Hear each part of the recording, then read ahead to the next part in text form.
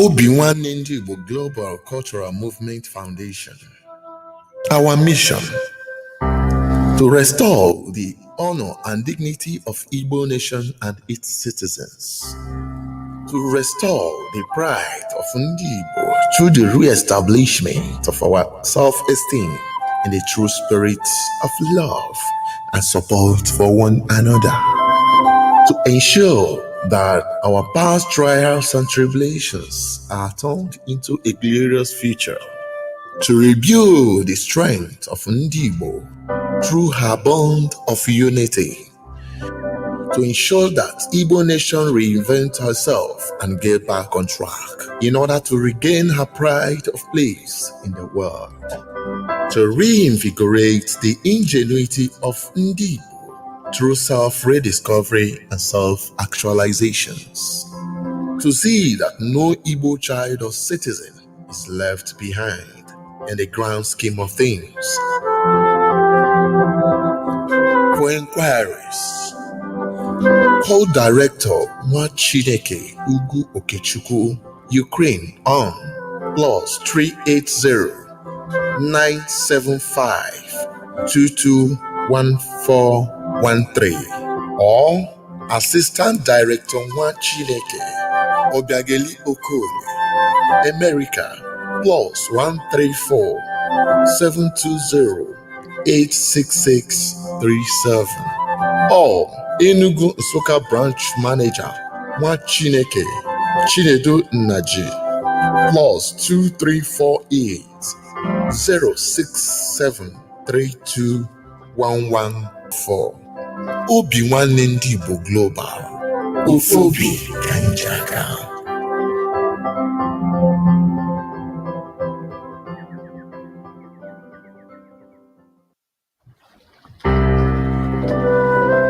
Obinwannem Global Radio, promoting the culture and traditions of Igbo nation. Obinwannem Global Radio, the unity of culture of Igbo nation.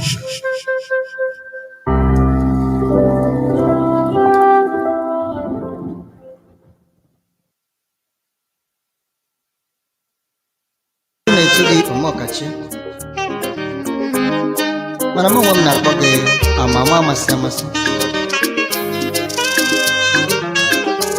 Dalu Chineke.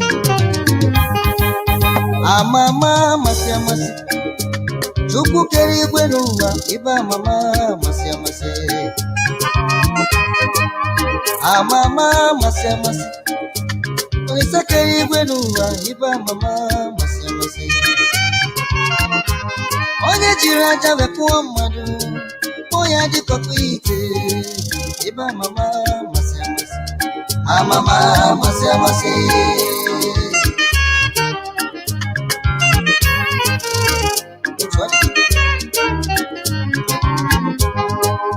Amama masamasi, Chukwu kere igwe n'ụwa, iba mama masamasi. Amama masamasi. Polisa keri igwe n'ụwa iba mama masamasi. Onye jiri aja wepụọ mmadụ, imechara kunye kwa ya ume ndụ wedi iba mama masamasi. Amama masamasi. Ndị Igbo ndị ọma na-ege m ntị, ekene m onye ukwu, ekene m onye nta. Ana m asị nke onye chiri ya zerekwanụ. Ọ ka bụkwa mụnwa nwanne unu nwoke Ugwu Okechukwu Obinwannem ndị Igbo. Anyị abịagokwa n'ọgbọ ka anyị gbasaa oziọma nke Chineke, oziọma nke anaghị akụ mmiri, oziọma gbasara omenala Igbo na ọdịnala Igbo, oziọma gbasara ijikọ na ịdị n'otu nke ụmụ Igbo n'ụwa niile. Ọkwa n'ife na-eme anyị ka anyị na-abịa ka anyị karịkọta, so na ọ bụrụ na ị na-esonyere anyị na-atụsara anyị ozi ya ka o jeta aka ka o jekwuru ụmụnne anyị bụ ndị nke na-amabeghị na omenala ekunie na njikọ nke ụmụ Igbo, ka anyị na-eti mkpu ya mana ụlọ mana ama, maka na ihe na-eme anyị abụrụ ife anyị ga-eji na-agba nkịtị. Ana m ekene unu wee na-asị ọkakwa mụwa bụ nwanne unu nwoke Ugwu Okechukwu Obinwannem ndị Igbo. Ekenekwa m unu ka m pụtakwa. Ọ mara njedebe ụwa site na mbido amama masamasi, amama masamasi, amama masamasi, amama masamasi, amama masamasi. Olisa kere igwe n'ụwa ibe ama. Otu a ka o si akpọtụ n'obi Obinwanne Global Radio amasị onwere onye masị ụwa onwe onye si na ya amasị ụwa ya bịa ka ọ gwa anyị maka na ụwa bụ ọmụmụ ka a na-amụ ya unu n'anya ya bụ Facebook ka na-enye anyị ezigbo nsogbu mana anyị ga na-ama ife anyị ga na-eme ya ọkwa voice m na-apụta ọfụma ọ bụrụ na ọ na-apụta ọfụma unu asị m na ọ na-apụta ọfụma ọ bụrụ na ọ da-apụta ọfụma unu agwa m biko nụ n'ọnya ka anyị ji wee sị na anyị chọrọ ndị nwere Obinwanne na obi anyị as you are seeing anyị nọ live and direct na Obinwanne Igbo News YouTube nọrọkwa live and direct na Obinwannem Radio Facebook page anyị nọkwa live na Obinwanne ndị Igbo oziọma Chineke anyị ga-emechekwa bakwa live na Twitter maka na live Twitter anyị nọ n'ime onwe ka o si wee dị ndị Twitter sịkwa anyị nwere ife anyị kwesịrị ime tupu anyị abaa so ọnya mere ya nọ na Twitter today so anyị nọkwa na live anyị ga-stream live aga m aba na Obinwanne Radio now direct because na ọ dị m ngwa ngwa ebe m na-eme connect be emeto Obinwanne Radio so aga m connect now to Obinwanne Radio app so that na ịbụ na ị download app anyị ga na-enwetakwa anyị direct there otu a ka ọ dị anyị abago live and direct na Obinwanne Radio app so ọ bụ na ị download Obinwannem Radio app ije ha na Play Store type Obinwannem anyị adịrị bụa there na the whole app all over the world also Obinwannem nke a ka ya afụ there so ị download oye anyị nọ na social network nke dịkwa ka Facebook like this but mana betanụ bụ na ha na ma anyị na-agba mbọ ka anyị mee ka ọ ka aka ka anyị na-broadcast live and direct there ndị na-akwado ya bụ Obinwanne ndị Igbo Global Cultural Movement Foundation ebe a ka anyị chọrọ iji na-akụzi maka omenala anyị na usoro ụzọ nke ụmụ Igbo ga-esi wee gaba n'iru ihe dịka ụmụ ihe ndị anyị na-agwa gị bụ omenala maka omenala abụrụ n'ọnụ omenala abụrụ ije na-egbu ewu na-awụsa ọbara n'isi ha pịrị apị omenala abụrụkwa na ije na-akọrọ ndị mmadụ nsị omenala abụrụkwa ịdị na-eje na-akọnfuzi ndị mmadụ na-asị ha bute ike jee ka gwọrọ gị ọgwụ iji awele ihe a personal affair of people omenala bụ otu ndị si eme gbasara ime mmọnwụ ịkọ ọrụ ugbo ikwu okwu ime ọya igwu egwu ọnwa ịtụ nchọrọkọtọ ihe niile na-eme eji ama nwanne na nwanne nke ọ ga-abụ ruo ka isi wee tozie ịma echefu n'ụwa ọnya bụ omenala so ana m ekene onye ukwu na-ekene onye nta na-abata n'ihe anyị na-eme wee na-asị were kwuru na anya ukwu gị dobe na be gị were nghọtafe gị dobe na be gị ịbata ebe a iwere Obinwanne wee bata ihe anyị na-achọ bụ ndị nwere Obinwanne maka na after program yesterday ndụ mme na ụtọ ọsụm yesterday n'ụtụtụ ọma nke na isi ụtụtụ mụ na mmadụ ịma anyị mere night vigil maka ndị anọrọ mgbe anyị mere night vigil tata so after the night vigil Chineke nọ n'eluigwe gosiri m ya bụ na oziọma abago ndị mmadụ ntị na ndị mmadụ enwegokwu ya ha na-akpa ịhụnanya ha aghọtaghị ebe mụnwa na-aga ama m na flag Ukraine ntiri ebe a bi ebubatazi ya bụ ike ndị mmadụ o nwere ndị kpọrọ m ana obi dị m mma wee na-asịkwa na ihe anyị chọrọ bụ udo onwe ebe o si agbagoju gị anya na enwe ebe o si akpa gị ịkọsara anyị nwa weji ebe ndị ahụ niile eme respect onwe ndị anyị na ha na-akọmuniketi ịga ha marata maka na ọ bụrụ ihe niile ka a na-ekwu n'ọha ọ bụrụ mmadụ niile na-akpọ m na live ha ga-ericha mata ihe na-ekwu ọ bụrụ nke na-akpa ha akpọọ gị after the program so na ọ bụkwa na onwekwa ka itichi jụ m ajụjụ after the program ọ dịkwa allowed call me we discuss because ihe na ebe afọ udo ụmụ Igbo ana ime ka ị mara arụ dị na omenala na arụ dị na ụka maka na ụka niile anyị na-aka n'ụwa nwere ebe anyị na-aka jie efuge so ka ị mara ndị na-aka nke obi gị chọrọ maka na o nwere some people na-abụ ha chọ ka ha kwuo okwu amara ebe ha ga-eje kwuo ya bịa n'Obinwanne ndị Igbo na ga-enye gị allowance ka ị kwuo ya n'Obinwanne ndị Igbo Global Radio we can allow anything all things you want to say is allowed here ekene m unu wee na-asị na ọkakwa mụ bụ Ugwu Okechukwu Obinwanne ndị Igbo ka m pụtakwa Obinwanne Global Radio, promoting the culture and traditions of Igbo nation. Obinwanne Global Radio, the unity of culture of Igbo nation.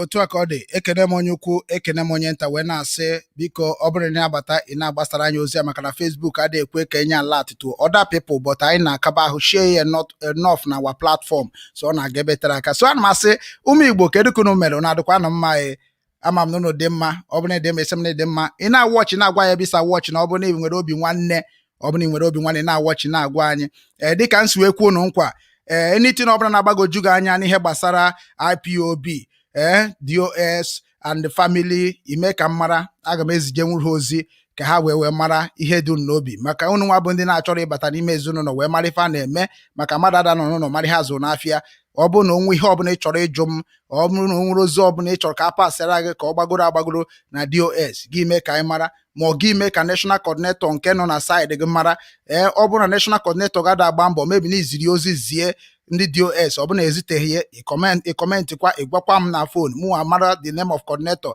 anyị amara because all the coordinator supposed to be working accordingly ezie gozizie ihe iji nọrọ ebe a ka ị na-ejere ndị na-achị ozi maka na ọchịchị abụrụkwa sọnsọ na gọọmenti of Nigeria ọ na gọọmenti of ndị Igbo na ọchịchị bụ na mana ezinụlọ gị so we are practicing how we lead ourselves maka na onye ọbụla bụ nwa Igbo kwesịrị ịbụ onye ọchịchị onye abụ ife ụjọ ada anyị ka anyị na-anụ ọgụ n'ime ihe anyị na-eme but ọ bụ na anyị chanyị na-ekwetọsịa na ofe ife ọ ga-adịrị anyị izi dịka ndị IPOB si kweta na ofe ife mgbe ha bidoro nya bụ ife wee mee ya ụwa niile wee mara ha na-akpọ Biafra ọ dị international local tinyekwara nke ụwa ziri ike mere so maka onye ọbụla mere ihe enweghị mgbe a ga-erekomend ya so na ihe anyị chọrọ kịta na mkpoko unity and the unity ahụ we don't need discrimination is one or two things that we say we must get Biafra because discrimination is already in our lifestyle so I need ịgbanwe ife a maka na ọ dịrọ mma n'ime ndụ anyị ya ana m ekene nwanne anyị nwoke bụ Emmanuel nke m ga-agụta nwoke m ga na-akpọ unu Emmanuel na-ekenekwa nwanne anyị nwoke bụ Kenneth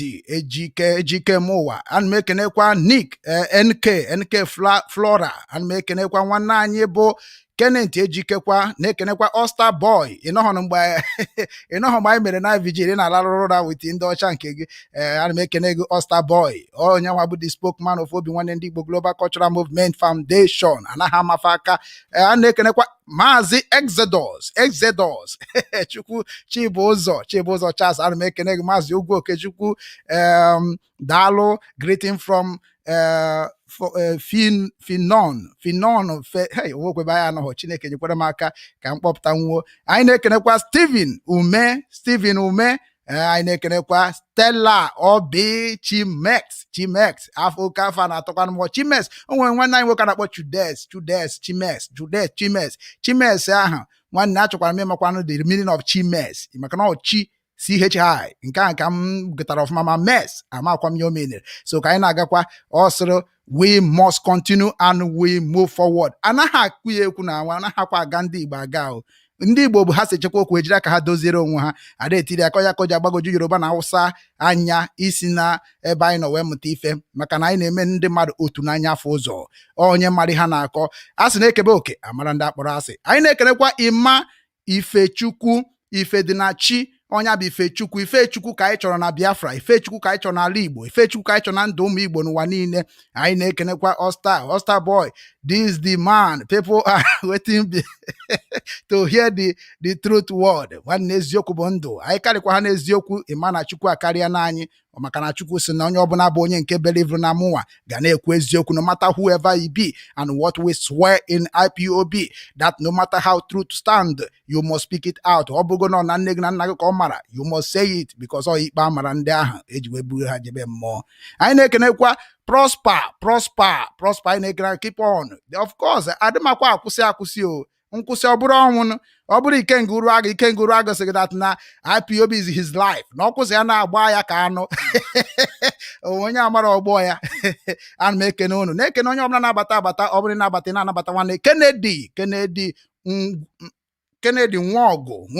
Kennedy Nwaọgụ daarụ nwanne m daarụ rinne ihe anyị na-eme bụ ife mmụọ na-achụrụ aja bụ oke mmụọ ịma na ife anyị na-eme bụ ife mmụọ ịma na onye anyị na-achụrụ aja bụ oke mmụọ ịma na onye anyị na-ekene bụ oke mmụọ onye anyị na-achụrụ aja bụ oke mmụọ maka na ọ bụrụ na ị mara ihe bịa na nke Obinwannem ka a gwa gị na ife a na-eme bụ oke mmụọ maka na ọ bụ ndị mmọnwụ bụ ihe mere ala Igbo ji wee dị ka ọ dị n'ụbọchị taa ọ bụrụ na ị bụrụ onye mmụọ ị ga-aghọta ya na-eme because asị Biafra is a spirit.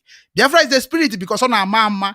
Anyị chere ka anyị marụgodu ndị nọ n'ihe na-eme maka na nna gị chọọ igosi gị ihe ị ga-abụ oge bụ ụzọ megodu gị otu n'anya afọ ụzọ ka ọma ka esi kọntrol oye mana kịta anyị abago na biznes iwu ọchị ebe m si ekwu okwu ọya here this is flag ndị nabatara m nke ukwuu ebe a ka ọbala ugwu Okechukwu nọ maka na ha na nwere nwe ha amarụgo na onye a bụ nwa mmụọ ifuge na-akwanyekwara m ugwu ya ka nji nọrọ wee na-asị odesa mama odesa mama odesa mama maka obodo m nọ n'ime bụ nke ndị be mama onye aka na-akpọ odesa mama city ebe ọ bụ nwaanyị bụ ihe kpara ike wee mee wee dịka ọ dị Alexander defender of the area of the Russia territory or my nickname Alexander afa ndị ụka udo dịrị unu niile maka ndị nke na-abata abata ọ bụrụ dat na ịchọ ịjụ onye gị na-ekwu okwu ọ ka bụkwa nwanne unu nwoke nke a na-ekwu nwere ifo na-eme bụ Obinwanne ndị Igbo Obinwanne ka nwere ebe ndị Igbo nọ anyị na-abịa ebe ekwu maka omenala na ọdịnala Igbo na ihe ga-eme ka ụmụ Igbo marakwa ebe ihe na-eme ha si emefa eziokwu bụ ndụ daalụnụ anyị ga-agbapịa ọsịsọ maka anyị si na 1 hour 30 minutes ka anyị ga na-anọ here that is why ụja dịka ma na-ekwu ngwa maka na oge na-akụ kwarapụ ekene m unu now unu n'anya topic anyị ebe ahụ nwanne topic anyị ebe amakwa m na nwere ga-edere m ihe ka m pinie ya epinie here topic anyị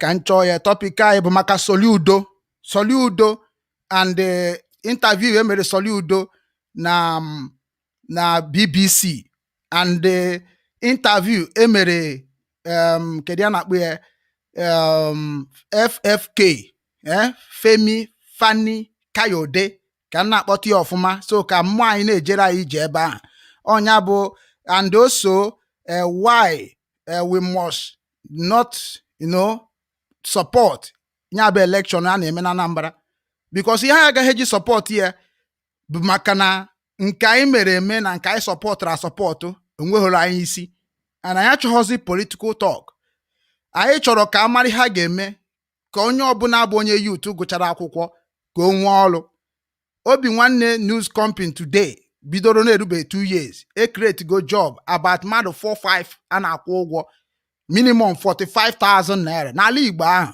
so na those company ndị a imagine na mụnwa nwere that kind money ndị a nwere ifu na the whole state the whole 5 state nke m geru m aka nke ha na-ekwugo na 5 state bụ Igbo that 5 state by now onye ọbụla na-arụ ọrụ n'offices ọ bụrụ na ide na-agụ ọ bụrụ na agụ gị na-achọta ọ bụrụ na achọta ị na-azachasị even ime izu obodo ma inye aka ma ịgba egwu ma ịgba bọọlụ ma ihe niile bụ ha ncha niile bụ job so we need to do something so na ọ bụrụ that na nwere ụdị ego ahụ by now kịta na all those states niile ka nsi structure Obinwanne ndị Igbo Global Cultural Movement ọ ka agago far mana ọ dị ụtọ na ego adịrọ ọnụ anyị eji nwaanyị na-emegoro ka anyị si wee fụ ya maka na ihe na-eme ndị be anyị bụ ọ bụrụ that na ime igosi ha na nwere ego ịghọtago ha ga ha bịakwute gị igosikwa na ụfọdụ na nwere ego ahụ ha chọ ka ha rie ha ncha na zam ha richa ha na ya nwanne ha kwa ga aka daa ifuge dịka ha si bata m ime onye ihe na-anụ bụ biko sendere m nke sende ịzachasịa sendere m nke sende ịzachasịa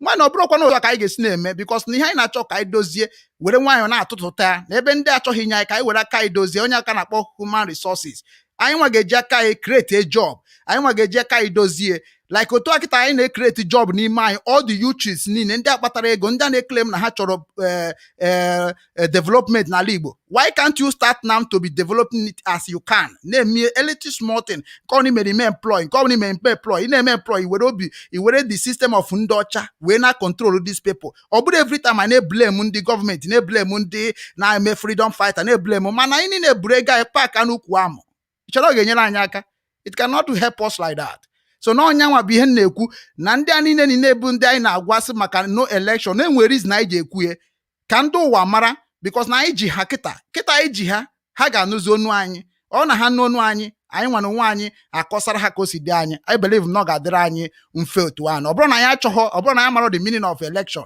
we know so na ihe anyị na-ekwu okwu ya bụ gịnị the interview in BBC by Professor Chukwuma Soludo former Central Bank of Nigeria Central Bank ebe ego niile na-abata n'ala Nigeria niile na-aba onye ahụ anọgodi mana ọ na-achọkwa ka ọ bụrụ Governor of Nigeria Governor of Anambra and Governor of Anambra ọ na-achọ ime power Central Bank ka kwụ ya nọọsụ ka ọ bịazie gwazie ndị Anambra ka o si wee gbanwuo mbọ mgbe ọ nọ na Central Bank of Nigeria. Anyị amaghụ ihe o mepụtara anyị. Ọ bụ na eme ihe Soludo mepụtara ka m na-epulekwa the voice ya ga-egba mbọ na-agwa m nekwe ihe o mere, nekwe factory ya, nekwe biznes ya, nekwe ebe o si agbara ndị Anambra mbọ, nekwe ihe ọ rụgoro ndị Anambra. Ọ bụ ihe anyị nidiri na-akọwa so ka ndị mmadụ wee na-ama ya, na-agbasakwa na ozi ya maka na ndị ilo karịrị akarị.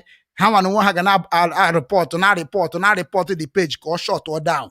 Mana after everything o nwere meseji nwetara from Facebook wee gwa na ha nwere ihe ọzọ nchenjikwa pattern ihe niile na-aga n'iru. Ndị na-achọ ọdịda ugwu Okechukwu karịrị akarị, nwekwe mere ha o. Ndị na-achọ ka Obinwannem hapụ ịga ka ha wee sị na mbụ onye ọjọọ, ha karịkwara akarị o. Imagine nke Nnamdi Kanu since o bidoro 2012 ha amaburokwa na ụdị ha dị. Ọkịta na ụwa niile nụbara onye, everybody chọrọ ịbụkwa power on his own. Werezie Nnamdi Kanu wee grow. Mana ana m enekwa unu n'anya maka na asị na nke mara ama ha karịrị ya. So ana m ekene unu wee na-asị ka anyị meke move ngwa ngwa. Mana before anyị na-emeke move, egbedebe ehụrụ ya ndị redio asịgo m na ha anabago. Ngwa nabanụ unu efụrụ ya ọnyanwa amam nke ha mere gawanụ ka m na-ekwu nke m na-ekwu na ụna na-aghara m na-aga.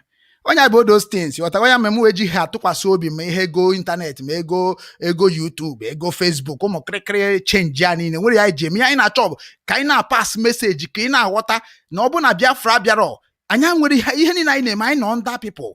Ị na-achọ ego na YouTube, ị nọ nda ndị ọcha. Ị na-achọ ego na Instagram, ị nọ nda ndị ọcha. Ị na-achọ ego na WhatsApp, ị nọ nda ndị ọcha. All the plans, all the secrets, all the things we are talking, we're supposed to talk on ground on social media. And that is why ihe niile a ji na-adazi yaga ndị ọcha were time were nke ha ga-ewere, ụmụ uwe were nke ha ga-ewere, ka ezigbanụ ndị ga-edozibe anyị ahụ. So ka anyị kpechinata onwe anyị, ọnya ka m ji asị ka anyị naba ngwa ngwa na nke ha manyere anyị aka. So ana m ekene unu wee na-asị ka m gogodo ọfọ maka na emecha ma agụgụ ọfọ na otu, mana emecha na agọrọ ọfọ ịma na ọ dị ka enwere ihe mere. But before then ka m nwụọ mmiri ka m pụta. Obinwannem Global Radio, promoting the culture and traditions of Igbo nation.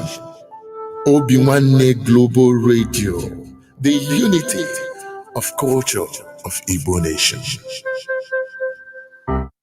Otu a ka ọ dị. Obinwannem Global Radio stand for culture Igbo. Culture Igbo ị ga na-anụ ya ebe a ga na-akụziri gị nwayọ ya da na ego. Ọ bụrụ ọnụ na ụka na ego. So onye anyị bụ ụzọ baa na nke Soludo, Prọfesọ Soludo, ka anyị nabata ya n'ọgbọ. Ka anyị nabata ya. Okay. So dịka nsị na ka anyị gaa ọfọ. Chukwuoke abịa m ekene m gị dịka isi wee mee anyị wee bụrụ ndị dị ndụ n'ala ndị dị n'ụbọchị tata. Wee pụtakwa na Obinwannem ndị Igbo Global Cultural Movement, ebe anyị na-agbasa eziokwu na ebe anyị na-ekwu maka ọdịnala na omenala nke ahụ na hapụrụ anyị ka anyị chọrọ ka anyị dozie. Anyị achọrọkwa ka anyị wepụ nọ ndozi. Mana nke ọ bụla unu nyere anyị ikikere ewepụ unu enye anyị sign ka unu si enye mgbe ndị gboo. Ana m ayọ ọgụ n'ụbọchị tata bụ afọ ala ka ị fọtara anyị ihe ọma, fọtara anyị ọganiru, fọtara anyị dị n'otu, fọtara anyị ịghọta ife na-eme anyị, maka na anyị mara ife na-eme anyị amara ebe ya esi chụba ya achụba. Ana m asị gị ka ị were afọ anụ fọta amamihe nke ndị niile bụ ndị politishan n'ala Igbo anyị ga-eji mara ihe anyị ji eti mkpu n'ime Biafra, ka anyị na-etiri mkpu n'ime IPOB, ka anyị na-etiri mkpu n'ọtụtụ ebe dị iche iche, maka na ọ dịghọziri anyị mma n'elu, ọ dịghọrọ anyị mma n'anị. Ya ka anyị na-etizi wee na-asị na ọkụ gị nwa kere anyị na ụwa ekego ihe anyị ga-abụ, dịka isi wee tụọrọ anyị n'ilu na onye kere ka isi ka aka oyibo ikego mmiri ọ ga-anwụ. Anyị na-ayọ ọka iwere afọ anụ fọchasịara anyị ihe niile abụ ihe na-azọgbu anyị n'ala be anyị. Ali nyere anyị ihe niile. Were afọ anụ a fọchapụ ihe niile abụ ndị na-achọ ka ewepụ Nnamdi Kanu n'ụzọ, maka ewepụ ya n'ụzọ ọtụtụ ndị mmadụ ga-anwụ. Ihe ga-eme, njinji ga-eji, ị ga-ekwe ka o mee. Ọ bụrụ na ị ga-ekwe ka o mee, ihe niile dị gị n'aka. Mana anyị na-ayọ ọgụ nke anyị ji bụrụ mmadụ, nke anyị ji bụrụ ụmụ gị, meere anyị ebere, meere anyị amara, na ndị anya ụfụ karịkwazịrị ndị bụzi ndị nke na-eso ụzọ gị. Ndị jizi afa gị eriri elele karịsịkwara ndị nke ji afa gị agọzi ala ihe ikere n'ụwa. Nna m bụ Igbo, ana m asị gị ekwekwana ka nya bụ ihe ahụ iburu anyị n'obi bịa na mmezu. Meenụ nke iji bụrụ ezi nne mmiri, meenụ nke iji bụrụ nne mmiri, meenụ ka ihe niile ekere eke ka o rubekwara anyị isi, ka anyị wee gozikwanụ ndị ụwa niile na ọkwa na anyị nwa bụ ndị mbụ, ndị gboo. Amarachukwu sobenụ m n'ụbọchị taa, sobe ndị niile na-ekiri m, sobe ndị niile na-agbasa nya bụ ife anyị na-eme n'ụbọchị taa. Amarachukwu zutere ndị a niile na-ebu ndị ekwere na gị. Amarachukwu ịmakwanụ ka isi wee chọọ ka ọ na-adị mma n'ala Igbo, mee ka ọ na-adị mma. Anyị jupụtakwa n'ụwa niile, kpasasịa n'ụwa dịka ụkpaka, ka anyị na-achọ ka ọ dịrị ala Igbo mma. ọ bụrụ na ị chọrọ ka ọ dịrị anyị ma site n'agbụrụ nke anyị wechepụ anyị niile ngwa ngwa na ya na-eji anya afụ ọbara bịa bụrụzi ọbara nke ụmụnne anyị nke onye dị ka ma egbupie n'iru m ọ na-atụzi anyị ụjọ na-asị gị nwa bụ Chukwu Okabịa ma ị nọzụkwa ya ọ bụ niile were amara gị dozie dịka m si wee yọọ ọgụ na eke n'orie na afọ na nkwọ ikwere dat na ị ga na-emezu ife ọbụla nke anyị kwuru site na afa nke gị bụ Chukwu Abịama. Ana m asị gị na ekpere niile ma ọfọ ma ihe niile anyị ga-agọ n'ụbọchị taa ma nke m na-agọ ma nke a gọrọ agọ bụ nke ị nabatara na mmụọ ana m asị ka ọfọ sọrọ ibie were n'aha Chukwu Okike Abịama nke kere n'igwe na nke ihe niile mana onwe ihe kerie ekwe m ise ọ bụ nyanwa bụ ome mgbe ọ nyere dibịa ọ bụ nyanwa bụ ome mgbe ọ nyere pastọ ọ bụ nyanwa bụ ome mgbe ọ nyere ivin nne na nna gị maka ọnya kere ụwa mana onwe ihe kerie ekene m unu dịka m esi gbapịa ọsọ ngwa ngwa n'oge adịrọ ka anyị baa na nke Chukwuma Soludo ka anyị mara ntaviu emerie gbachapịa ọsọ n'oge adịrọ maka ụmụnne m na-eche ndị IPOB mbụtụ ya nọ na-adasi ike ekwenyere m na ha bụ ndị Igbo and ebe ha bụ ndị Igbo na ha hụrụ Igbo n'anya and ọ bụrụ na ha hụrụ Igbo n'anya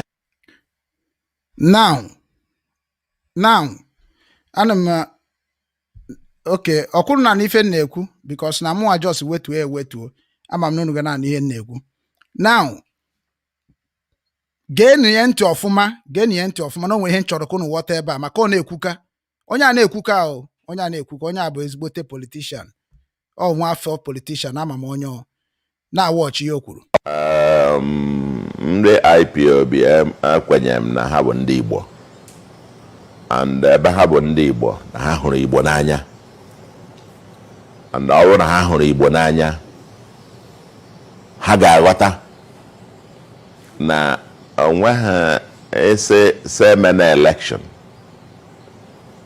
then ihe ị na-achọ ime ihe ga-apụta na ya abụghị ihe ị chọrọ. Now dịka o si wee kwuo na ndị IPOB hụrụ Igbo n'anya and ndị IPOB bụ ụmụ Igbo anasị otu ha si wee bụrụ ụmụ Igbo na ha hụkwara ala Igbo n'anya nke a point and na asịsị anyị nwa bụ ndị IPOB sisi eme na election na reason na anyị ji ekwusi eme na election na anyị ga-aghọta ya ifuge which is na anyị ghọtakwara ya anyị ghọtara ya mụnwa ghọtakwara ya nyanwa aghọtara ya but ka anyị na-ene ya anya ka anyị ma na ọ ghọtara onye sisi eme na election chọrọ ka anyị nwee ụdị ihe mere n'Imo.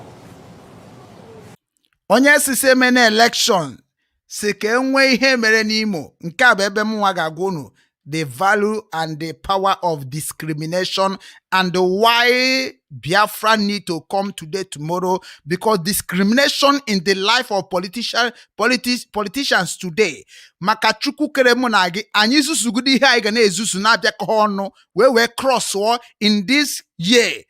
That na mụ na gị na-abụ ọ ga-adịrị anyị too difficult na ha kpakọ onwe ha ọnụ nke ha na-achị kpakọ onwe ha ọnụ. This is ohere nna anyị sịrị anyị ma ihe anyị ga-eme ka ha mebe uche anyị na ọ bụrụzi uche ha. Na-ege ntị kenu ya. Maka etu ọ ga-esi mee.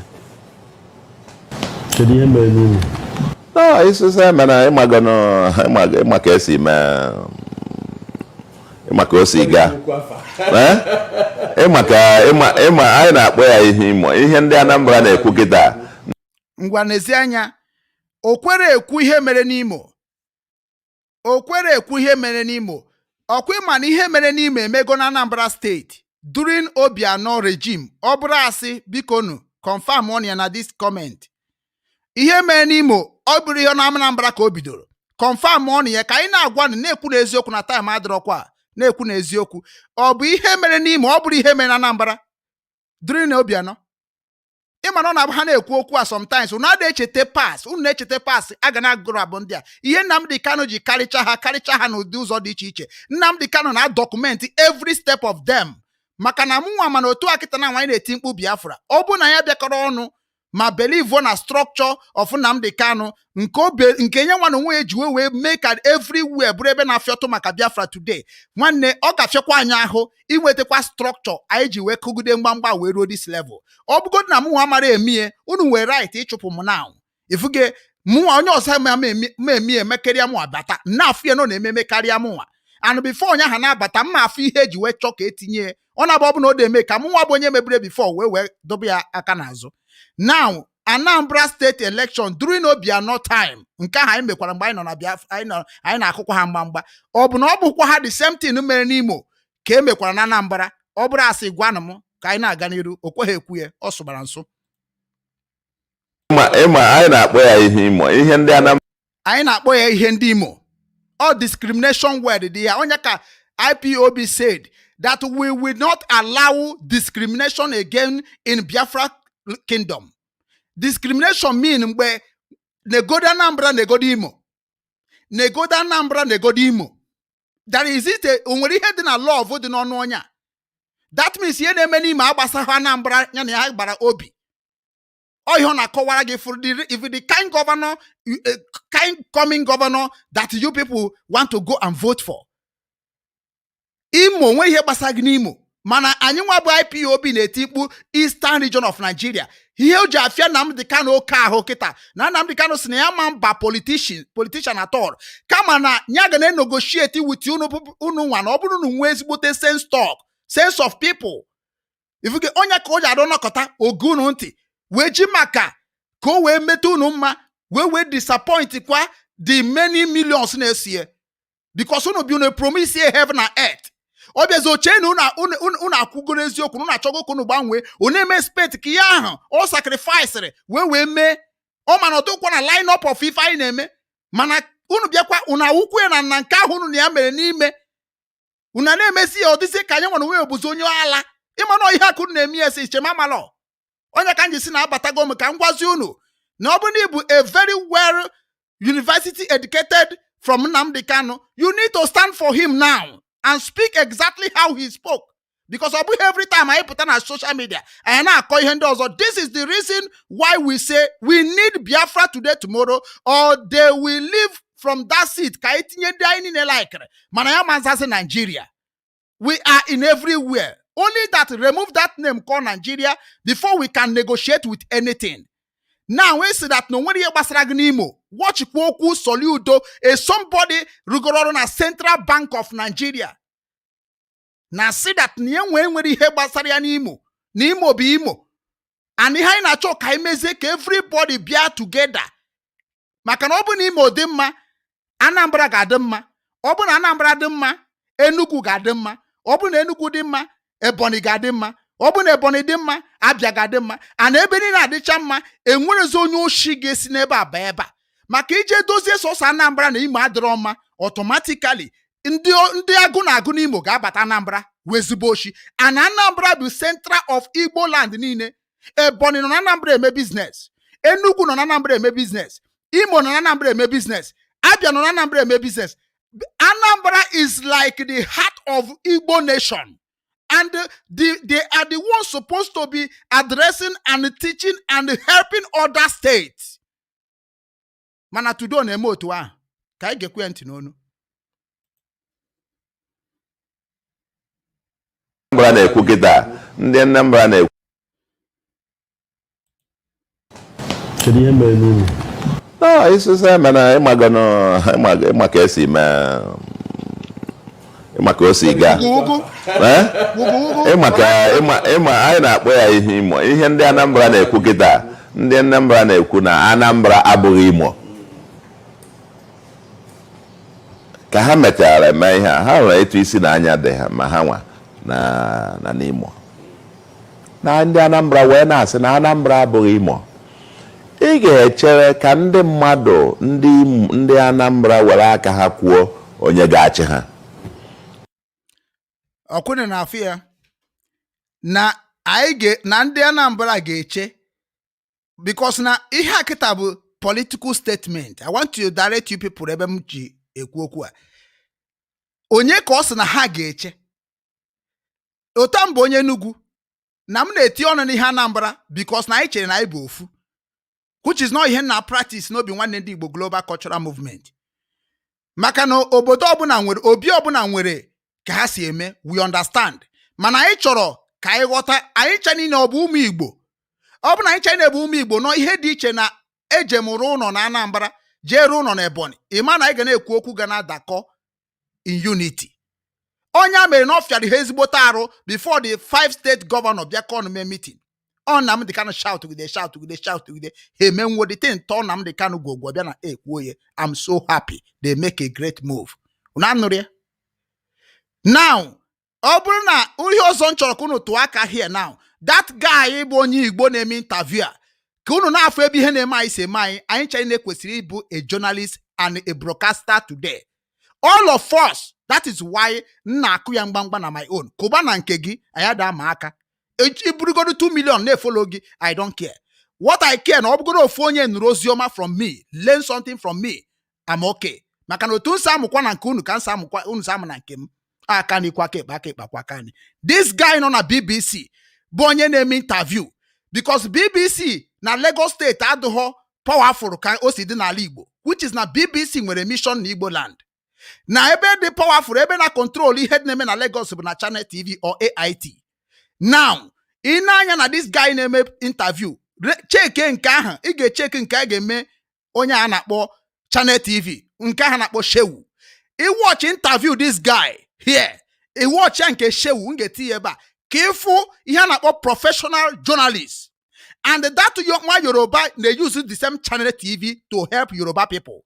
You will hear and you understand why Muwano Muruga call now. Makanama na Yoruba always disappoint our people. Yoruba always stand against our people. Why? Because they envy on our people. Our people are the one develop Lagos State, but these people are still envying and jealousy on our lifestyle, claiming they are with us. Manobro nka aka na-ekwu. Nke na-ekwu godobo. Onye akita mere Soludo interview. On a claim be some certain things. Onye abure journalist. And abure journalist oge keep na Joe Soludo. What did you think that happened? Because people need to learn. Now, look at it. Can we take a moment before we play again? If we are if we go,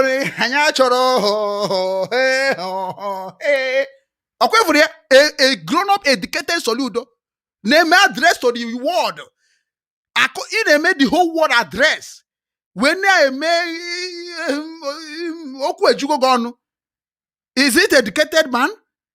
Can I make a move?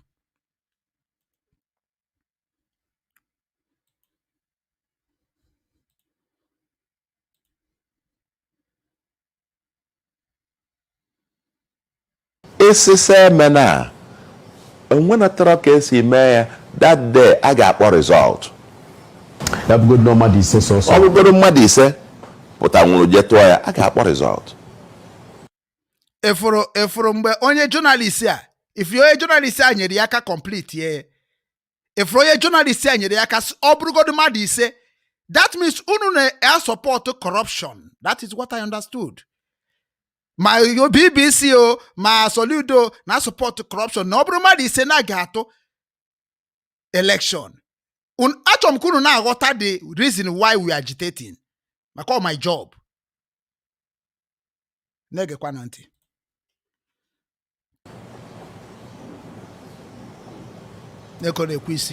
Ese onye jo adịka kedu onye nwanụ onye nwa sị na egwu ọnwụ na-atụ ya o jezie kwụọ ụdọ maka na ine ya anya ihe anyị na-azọ bụ ka anyị Igbo dị mma ma ọ bụ IPOB ma ọ bụ ndị ọzọ ihe anyị na-ekwu okwu ya ihe Soludo ji pụta sị na nna abịa ebe zọ ife ọ bụ maka mụnwa rọkwu maka ụmụ m. Unananu ya point number 1 ihe Soludo ji chọọ pụta ka ọzọ gọvanọ Anambra steeti abụrụ maka nyanwa bụ Soludo ana ọbụkwuro maka ụmụ ya ngwa watch ya na ebe ọ gwakwado nọ maka ụmụ ya na watching ọ ka n'Igbo ebe a Chineke nechasịala anya mmemme onye Igbo na anyị ga-arapụ ya bọsị anyị ga-arapụ ya ọ ga-adị beta fụ ụmụ anyị ụmụ anyị. ala Igbo adịgo beta before you were born. ala Igbo ị na-asị na ọka ị mara ịrapịa ala Igbo asịrọ gị dat na onwere ihe ọ na-achọ ha eso na-anwụ ọbara ọ na-anwụ mmiri. ala Igbo enwere ịhapụgodo ala Igbo ọ bụrụ forest ọ sịrọ gị na ọ nwere ihe na-eme ya. ala Igbo was there before your father was born. ala Igbo ga-adịgide ebe ahụ na-apụsịsịa ihe anyị na-ekwu okwu na ebe anyị claim na anyị chọrọ development in Igbo land ka aba anyị dị ka be ndị ọcha ka arụọ 7-story building 24-story building 34-story building and ka arụọ factories everywhere, not Catholic church, Anglican church in every community. Just ka every community ka enwe factory ndị bụ ndị jechara obodo oyibo mụcha akwụkwọ mụcha ka esi arụ mechanic mụọ ka esi arụ some technology something ka ha na-abịa arụ ya na befa na ọ bụrụ na arụ ya na Ọnịcha ọ na-arụ ya na Lagos ọ na-arụ ya na Abuja. What we are talking about ka e develop that place develop maka anyị ma na bush and ọ bụ bush enwe ihe gbasara anị dị n'ihe anyị na-ekwu okwu ebe anyị nwa bịara obodo oyibo mụta otu a mụtara ihe dị na media wee create Obinwannem.com wee mee employer of ndị nọ n'ala Igbo not ndị nọ n'obodo oyibo. Nchọma arụkọ sign a contract with the bank of this country mụ na ha arụkọba ifuge na ọ kasa ha reporter ifuge so mana mụ nwa chọrọ ka ihe niile bụ n'ala Igbo because ihe mụ nwa ji wee create wee build that team n'ala Igbo. So ndị nọ n'ala Igbo na-ewe job a ga na-akwụ ha ụgwọ na-arụta n'obodo oyibo ndị na-arụta n'obodo oyibo ndị otu anyị a na-enyezi ha by the tax anyị na-enweta n'obodo oyibo ọ bụgoro 1%. Efere rụkwa social network dịkwa ka Facebook ebe a ga-ekpoko ụmụ Igbo wee na-publish ihe gbasara ihe ndị Igbo ka at least ka onye ọbụla na-afụ onye achọghị dị bata ka ọ nọ ebe a na-afụ ya maka nke itinye something na social media ha ndị Facebook ama nkwe ka ọ gafe. So na ọ bụrụ na ihe ọbụla iti na aga m agwa injinia ndị Igbo niile na-arụ ya ha si ya hapụ na ihe ọbụla etiri Igbo onye Igbo mee ka onye ọbụla nọ na social media afụ ya. I do 5 million people 5 million will be seeing whatever you are posting. This one abụrụ ọbụla ịkwụ ụgwọ ọbụla ime ihe ịkwụ kedu na dakpọ ihe ndị Facebook na dakpọ ya ịkwụ tax before he wee mee gị ka platform gị ka ihe postri ruo fa. No, as far as Igbo nwe Igbo ọta gị ihe ọbụla itinyere ọ ga-ejezu ebe niile maka na itinye ka ndị mmadụ niile wee fịa. Imagine I went 5,000 people inside that place. Automatically, hope na ichoro gade there. Ma market, me zo ahia mi enine, ye ba ko ga no. No why again. If you get so na ihe bia obodo ibo ka mu akwụkwọ ka I gesi we bia kuzere ndị ba ihe mutara obodo ibo. Not to come and intimidate our people or make or use what we learn in abroad to intimidate them. Oburu ya. So na nwere ife anyị ji wee sị ka anyị bata. So na unu bụ ndị matagorie mara before us. Why are you people not doing the same thing? Oh ihe na ajụ unu.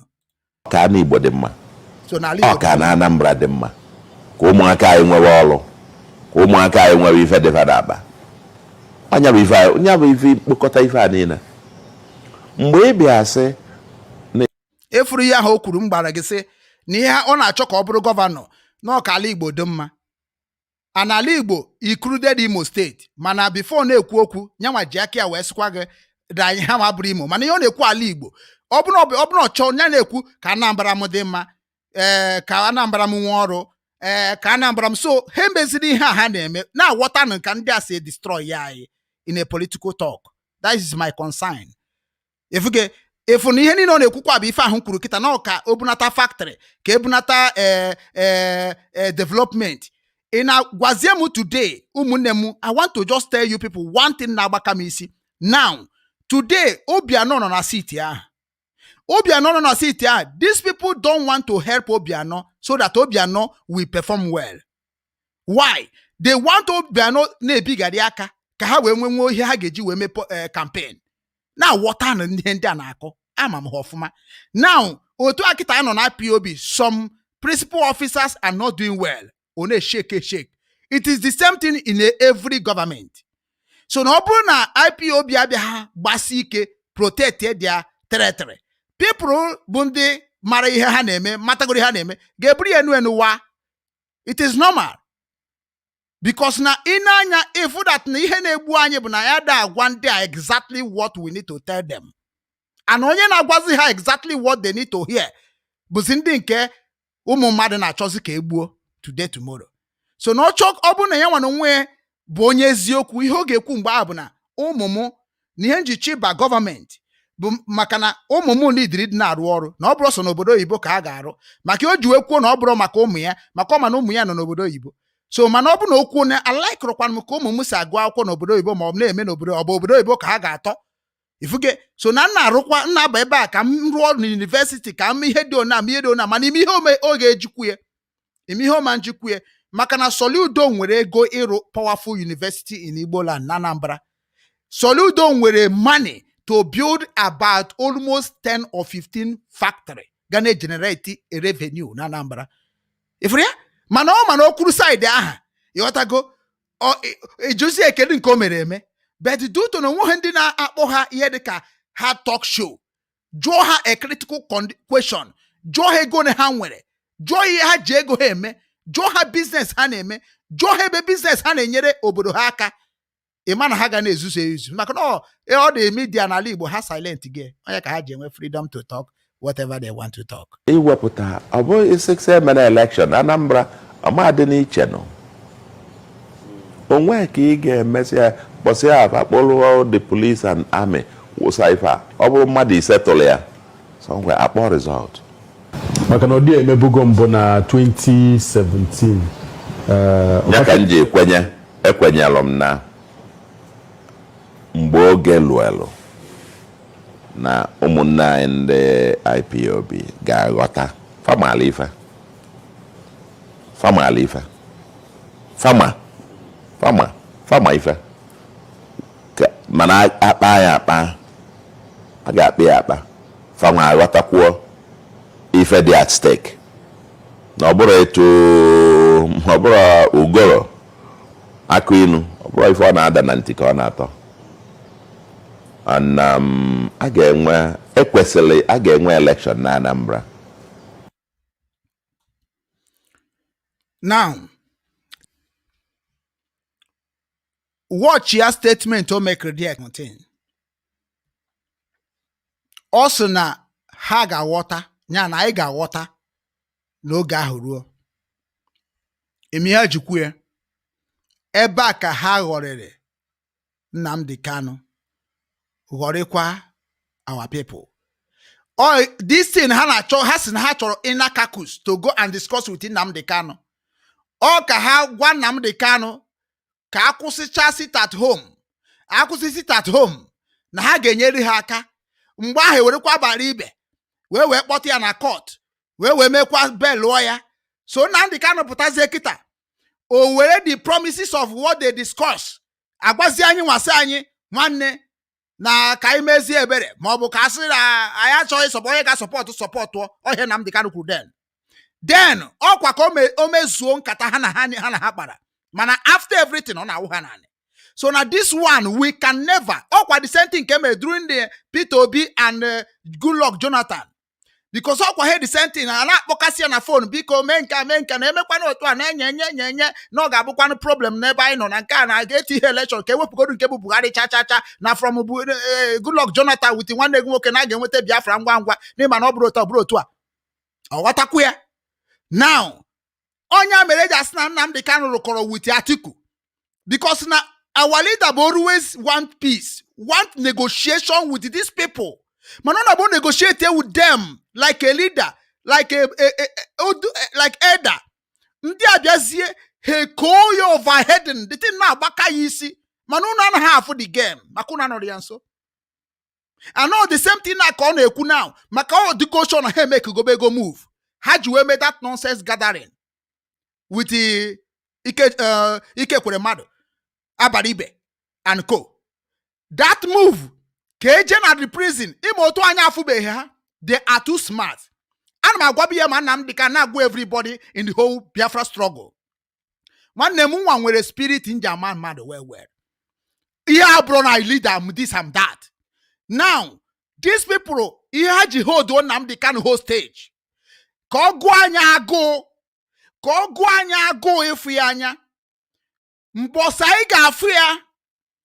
Only one word because Nnamdi Kanu do too intelligent. Only one word about drop or give one quick free na boja ika agogo. And ika go hanage ihe game. So ni need now power belong to the people. People the power belong to is people that are suffering in the hand of these people. So if I need na condition have made anymore. Onwe condition I got sign within Nnamdi Kanu again, the whole world will not see it. Because enough is enough for this nonsense. Anything Nnamdi Kanu will sign with the governor, with anybody, must be publicly. Ihe na-agwụ bụ pure.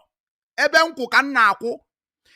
Ohe na-ekwu taa, in 10 years, ị ga-amakwa na ohe nkwuru bi emere ọ bụ na emere ka ọ dị mma. Anything ndị na-eje negotiate with Nnamdi Kanu, anya anyị ga-adị clean. Anything. Unless na achọkwa ka ihe mere maka iji m record of ihe na-emenu from the day I bidoro this movement. Anama m ihe na-emenu, onye ka njisi unu na Nnamdi Kanu bụ okwe ka ọ na-azụ. Mgbe ọ na nkwuru okwu a, okwe ka ọ na-azụ mean. O nwere onye ọbụla anyị che na-ebu ụmụ Igbo nwere obi nwanne. Onye ko ya sị gị na anyị bụ ezigbo mmadụ. He know. Nyako ya sị gị na anyị na-aghọta. He know. Maka na our leader knows that na ọ pụta kwuo okwu na anyị ga-asọ oke ka anyị tụkwa lock. Ihe a na-egbugharị ndị be anyị abụrụ anyị nwa na-egbu ha. Ọkwa ha ndị a na-emie ka e wee suppress our movement. And ọ ka i wee fụ na igbu mmadụ adịrọ anyị wee na-ajụ igbu mmadụ a na-ekwu okwu ifunu jide ofu onye asị na IPOB zirie n'ọchị na asamolu si ya gbuo n'ọbụ ịma ka esi ejide mmadụ na jide n'ofu onye prove n'ihe hapụ na akụkọ social media biko na ụmụ Chineke. N'ife anyị na-ekwu okwu bụ na ihe ọbụla anyị na-eme anyị na-adị sure because mụnwa agaghị sọpọtụ ka eje egbube ndị ọbụla nọrọ onwe ha ma ka eje destroy ba marketing mmadụ. This is political movement to destroy what we are doing. And otu ha jidesi Nnamdi Kanu ike na prison, they know that na Aid is hungry to see him. And whenever they want us to, they want to execute one or two things, that court and if you not change them, if you not do this, let me tell you people, more be real bloody politicians. Yeah, can go here politics. Chanchamina, ima azo draft. Ima hana kesa azo draft. Ima ni game politics no waga. Okay, for imana azo draft, mana tulido, I game politics no waga. Une chase na politics bo mwije general ba politics. Politics the mad ni ne din do no one aro. No kisa akusi nkegi. O inakuye bo ga bara madu uru. Kinakuye bi egbu madu egbu. Ifria? So na otu akita na ha beze kita na ha ga sigi oku na sigi anyi davert Nnamdi Kanu na nga na ya ebubagone na nga na ka ekpebezi ikpie otu ifre ha na-eme ebubazie na nga amama ebe ya odukọ na nga ebuba na nga ka ewe na afia asisi na okwa ya emege ngwane ka anyị chereze ka eme ihe niile ebutekwe close to mgba ga eme election a maka ebuba na nga kita maka people na I'm ashamed of myself for people who say Burugodi Nnamdi Kanu bu banner somewhere for waiting now. Kedi Nnamdi Kanu mesh this guy na Sunday Igbo they release it immediately. They release him immediately. Why are you people so ignorant? Ne claim when the mother not go. Unu choka Igbo Nnamdi Kanu kunu we bunye the power. Okunu choro. Chineke nanu na eligwe man obi adromo ma. I don't want to come on social media be stalking because na ihu na eme na social media not good. It is an insult to the gods of the land. This is an insult. Sunday Igbo a Sokona J committee so people have died on that Sunday Igbo. So now because in Nnamdi Kanu or something like that. Can you hear me Nnamdi Kanu gejin on akbara? Can you cost Igbo mad or Jackie Abu mad? Can you hear Nnamdi Kanu Mary Asik every banner police in bring it? What is this fucking game? Release Nnamdi Kanu now. That is what we need. Release him now. Because Obro Kurus when a claim na dodge gari ha. Ekwesi made the largest protest to that Abuja. They release him. Manadu to no stand a boy. I pop tanda IPOB egbuo. I assist kai megini kai weze sit at home to sort it. But today, ihu neme bu kebru Nnamdi Kanu tie nanka. Every tie nanka. E chekwere ka 3 months, 1 month. Before we brie yekpe yikpe. Imano to ka si chimie. We do that November. Edu say that November.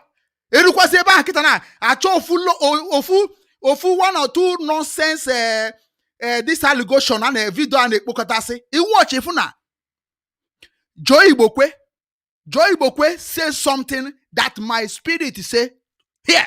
Makona have fear also catch him. Joy Ibokwe said, is it not that day? A pop tell you video around or go she bushi sheni man. Where marana? Oh kuprie. Where say Anụnụ na-achọsi video unu ga-eji wee mee Nnamdi Kanu ka o remain na akpọrọ ọkụ ya.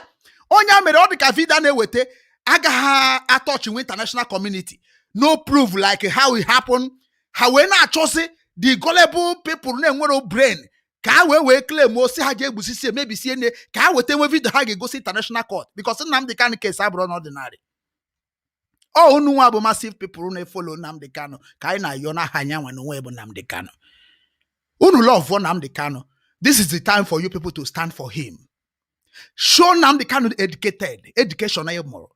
With their platform, show that now we don't want Nigeria to judge Nnamdi Kanu. Nigeria is a fucking useless law system. Onye kama ihe na-ekpe gị ikpe. Kedu ihe anyị ji wee na-allow ka ekpe Nnamdi Kanu ikpe? Ka akpọpụta na court. Why? Why? That is why sit at home. First person who principal officer IPOB worldwide say anybody condemn this sit at home is an idiot. I am the one who said it. Because this struggle. I am in front of this struggle anywhere all over the world. And because our leader is there.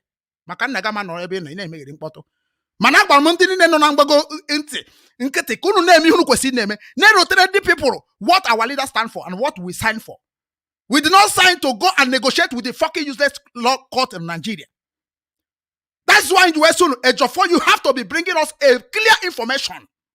People think I'm talking nonsense because I'm following everybody gradually.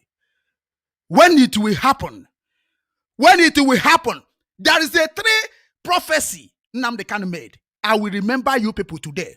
Nigeria will become like a Somalian. That thing, Makachuku Kremunag, it is pure in the heaven. And another thing, if I ever actually die, Biafra will come quickly. That thing in Enanya, but ko we make imara no what the if you want to kill me. But I want to let you know that my word can never go in vain in this world as far as God is there. Or when you're the last one, the 3rd one, say that if Biafra did not come in this world, there is nothing like Chukwuma Biama existing in the whole world. That means only one year. Or prophecy of the mountain man. I do may follow ordinary human being. You may follow the people that is spiritual because more and woman will hinge in the madame. Mfugo to another camera for you because who not a quiz you. You will not be Jimmy where pego. You will send some man on the way near Diego. Open Nnamdi Kanu made atrocity. Bring Nnamdi Kanu, bring the evidence. We need to defend Nnamdi Kanu broadly. Because on they push it to that atrocity. Nobody will eventually. But I remember when we agitating, I carried 3 largest protests in South Korea. I know what the South Korea government is asking me. Nigeria is a demon country. Nigeria don't have a law to defend. Nigeria cannot even defend themselves in international community. Why are they king of that matter? People are not talking nonsense. A disaster, you can never come out. I love you all. And my goodness, Yoku. Oh my God, negotiation at Chobagabia. Negotiation at Chobagabia. One Hanaketa, even Nnamdi Kanu agreed on a negotiation. He may sit at home. Nnamdi Kanu maybe no gwago kwanda IPOB ndị IPOB DOS ko sa agwa ha ngwa men ko court the election ke we ka ndị mmadụ ribe nni now ndị DOS no we back ike gwukuru ha ha sị ka ha maintain kwano law onye isi anyị mekwe nwanne mụ nwa no wo mugodi dobegodo wo m na m nogodo one side nwanne achọghọ m ya mụ nwa chọrọ ịna nke taa ka nke echi oku na adịrọgụ mma nwanne isi m kịta sinenu na isi m sinenu na kịta datuo I swear by the gods of the land. I go away. He create a record. We are not here for material things. Because to show God, we love God beyond the limit. And if you love God beyond the limit, you will love your fellow human being beyond the limit. Oh, here you were, Paul Umibo.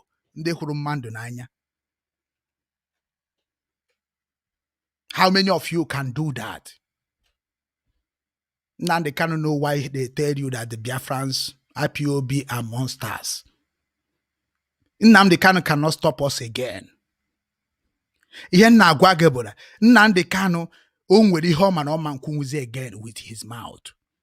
time is gone. Ihe anyị na-echezi na bụ unu chọrọ na eje na sign ngwongwo na ngwongwo unu sign cha bring them to us. Onya mere Simeon Ekpaji si unu autopilot. Autopilot means something but ni mana onye kwu okwu ọ chọkodo okwu ahụ bụkwa okwu a ga-aghọtabe ya na onye akwuru prophecy, because many people like to say ọmụ wepụtara ihe a ịghọtago. O nwere ihe bụ na anyị ga na-ekwete ndị isi anyị ka anyị si ekwetebu ha before, but anyị ama nkwetezi nke anyị aghọtara onye bụ autopilot otu nsi ghọta n'ụdị nke m ịghọtago. Like kịta otu anọ kịta Nnamdi Kanu bịa sị m kịta na mma ekwetezi ọjọọ m nwaanyị ngwa ya two things mere n'iru m na-eri m arịrị n'ọzọ nke taa agaghị m ekwetezi. And many of Biafrans in the worldwide, especially IPOB, knows what I'm talking about. Because if we say that we want Biafra freedom to come quickly, we must follow these politician people bomber to bomber, especially the people that go in Nnamdi Kanu near, like lawyers. We don't need to be hearing lawyer talking rubbish. Oh, somebody in phone ekwu say that na no be here Nnamdi lawyer kuru maka ihe Nnamdi Kanu ne ya ka dem ihe niile. If you get, this is the time we need 24 hours broadcasting in what is going on in our leader. It is an insult to all Igbo nation, especially we Umumo. It's an insult that na anabia agwa anyị Nnamdi Kanu okwu okuru without Nnamdi Kanu ijaki agwa anyị okwu. It's an insult. So sometimes you will like DOS na they respect Nnamdi Kanu more than beyond the limit. And the Lord and IPOB the too sensitive. We are one. It can't break us. Oh, you could look at here the man in Eku. Look at. Onya koya put na program like this. Nke ị ga-enwetazi ụgatago ọ dị ka onye jụrụ iri warazie Igbo a maka nke ị ga-enweta nwere ike ka ọkalụ njọ nụ ka njọ ugboro ọgwụchago ngwa na-eze n'ihe o kwuru before mbaze na nke Fani-Kayode na ihe o kwuru na ọ bụrụ na emeghe election ị mara na onye a ga-etinye na-ajụ onye bụ onye ga-etinye mmadụ ka ịfụ na nyanwa na onwe bụ prọfesọ bụ only person bụ gọvanọ mfugoro siri Buhari ọrụ ka na-ezuzu echi bịa na my estate mgbe ka anọ ọ bụ asị ka m na-ekwu. Wike can challenge Nigeria niile. Wike is ready to die in what he believes, and that is what makes somebody a leader. So na ige amara na obu na onye ine n'anya atuku n'oche bụ nwaanyị kwa Prọfesọ Soludo nwaanyị ka ọ bụ. Akụkọ ya gosim na obodo onye amachi nwere Anambra State. Obahuru, I love the man personally. I swear by God of the land. I love Soludo because on enye credit mu I love so much. On enye credit carry na baribe now. If you get onwere nke okwu address the world none of YouTube. Ima ha mgbe okwu okwu a. Onye a bụ onye sere that na take one IPOB people. Come on. Take these people serious. Na ka ya gwa ndị ahụ niile na-ekiri eziokwu. Na plan chara IPOB ka ije na Asorok je mee ihe. Na bifi na-eru na Asorok na IPOB nọ n'oche Asorok. Ifuru ya? So ọma ndị na-eme ihe. Ọma na ya bụrụ ordinary. O nwere ike bụrụ ordinary na-abịa na social media akpọ wo. Mana enwere ebe anyị si enweta ha spiritual and physical. Iche na ndị a na-eji ịgba afa n'ala Igbo. Ndị a na-agba n'afa, ndị a na-eje na nke dibịa. Because ihe anyị nwa ji biri bụ afa. Ọ bụ na ịdị good na ịgba afa, ịmana ị na-enweta history.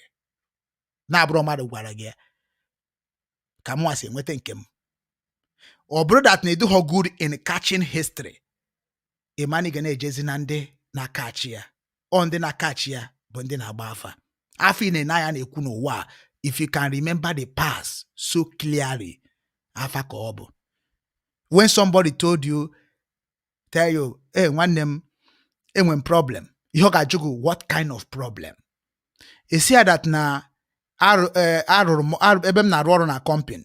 So, ruo n'ụtụtụ na ọ ga-abịa sak ya ma akwụkwọ sị m na ma ya arụzi ọrụ na the company. Ana ọrụ juru ebe niile. Na mama kwuo ji wee sak ya m. onye na-anya can never tell you anything. O nwere ike ome obere amansi.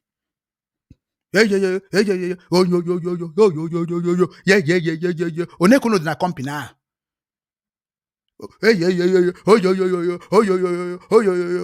Kedu ofu ihe imeburu na company ahụ eji wee baala gị mba for the first time? Because enwere ihe ga-eji wee chụ mmadụ na company enweghị reason. Ịkọgide kọcha. Obekwa ị nwere ebe ọzọ ị nwere ike ịrụ ọrụ now. Ihe niile na-ajụ gị ka ọ mara na ị nwere solution at all. If you don't have a solution, na just bịa ka ịchọ solution, nwanne o mechaghị aha nwanne ọ sị gị na ị ga-achụ aja nke a dị ona na ga-eme ihe banyere n'ime ya. Because ihe ọ na-achọ ka ọ mara ihe ọ ga-eji wee convince ka ije rụba ọrụ ebe ga-abịa rụba ọrụ inwetebe ọ bụ na ya nwa bịa eburu gị amụma maka na ụgbazicha gị onu mechaa gị maka o nwere ihe adịghọ possible n'ụwa. Onye ka mwa ji so na nga na-akụziri unu ihe dị n'omenala soon but nke a na political people ka anyị nọ n'ime ya. So ka anyị na-agakwa n'iru. Soludo omentri hote ịbụ gọvanọ ọ na-abụzi ife anyị ụba worst, the worst one. Now I have a go and care Fani-Kayode. Studio. Thank you, Chief Fani-Kayode, for joining us tonight on the program. I appreciate it. Let's begin the conversation. It comes to a lot of Nigerians as a surprise that it was some months ago like a rumor, but now it's a real story. That is no longer a rumor. It's real that you have joined the APC. And one will wonder that you met with the president today, one man that you heavily criticized. You called him some names. You brought up some rhetorics that became much more like led the conversation in the last election when you were the director of media for the PDP. And this is the same man that you have met today. What exactly changed from then and now? Thank you very much for having me on your program, and to God be the glory and blessed be his holy name. Well, a lot has changed over the last 6 years. Ụmụnne imi ihe chọrọ ka ngwa unu onye asịrị gị thank you for bringing me in your program. May the holy Lord be the holy name. Ịma amaha m ka esi asụ ndị a. So ekele dịrị Chukwu. Now onye a bụ ndị na-ada edobe ahụ na ha bụ a Christian maka enjichi play his word ka wee gwa ndị Christian why we are saying that no more Christians holy people. Na ọ bụrụ na Jesus Christ hibere Christian ọ bụrụ na ihe akụnụ gwara Jesus Christ na-eme. Secondly, onwe ndị na-atụ asị n'ụwa ka Christianity ga-anọ ebe a plan na ka egbuo live egbucha gị ha bịakwasị that na God say God will judge. Otu akịta na Fani-Kayode nọ ọkwụnụ chete mgbe m nwa dere kwuru okwu maka FFK njiwe gwuru na onye a mgbe m gwara unu maka onye a unu mara onye a mgbe ọ na-ejekwu Nnamdi Kanu na-eje ala Igbo eme okpu na-eme ihe ndị ọzọ niile after everything chee na ọka ọmatachi ihe dị na ihe a na-eme ka o wee marazi ka o esi wee help ọ mgbe m bịa afụ na o mechaziri niile a bifi na amie na-emenu nya bịa chụpụ nwanne anyị nwaanyị. Ọ that day ka m gwara ya okwu ka ọ chụpụrụ nwanne anyị nwaanyị ka m gwara ya ezigbote okwu si esi ahụ ngwa na onye ama nwetazi onwe ya ntụrụ ọnwụọ ọ na-eme ka ọ dị-eme ọ bụrụ m nwere ihe nji prọfesi eme nwe ihe nji amụma eme ihe nga na-agwa gị bụ eziokwu. Chineke gwa anya ya gwa gị chi nke anyị CHI ọ chi nke gị na-agwakwa gị chi nke m na-agwa m mana ọ gwa m nwa na-akata obi kwupie mana onye na-akata obi maka ụnụ na-atụ ụjọ ọnwụ ka anyị na-aga n'iru ndị ụka.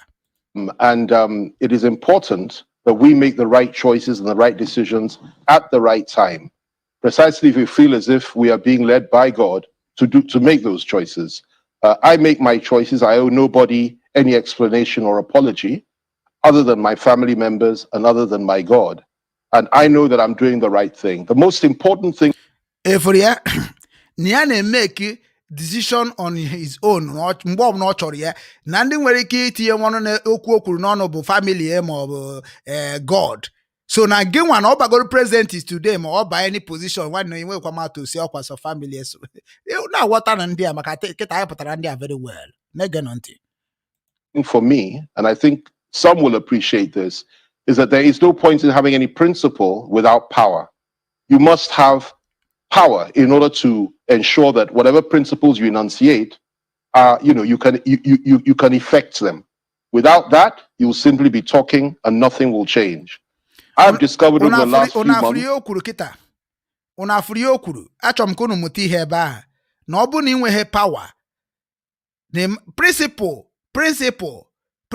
kedu onye ga-agbalịrị m principle n'Igbo kedu ihe bụ principle biko gbalịrị m ya so now na ọ bụ na inweghị power ịma nweta un principle so na before ị na-enweta power before ị na-enweta principle ị ga-enweta power now power ahụ ka eke esi nweta power ahụ onya bụ ihe Nigeria ji wee dị corrupt today.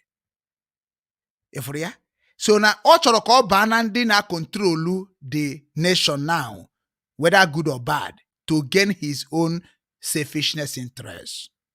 Ọ ihe na akọwara gị ka anyị na-agakwa n'iru ụmụ Chineke.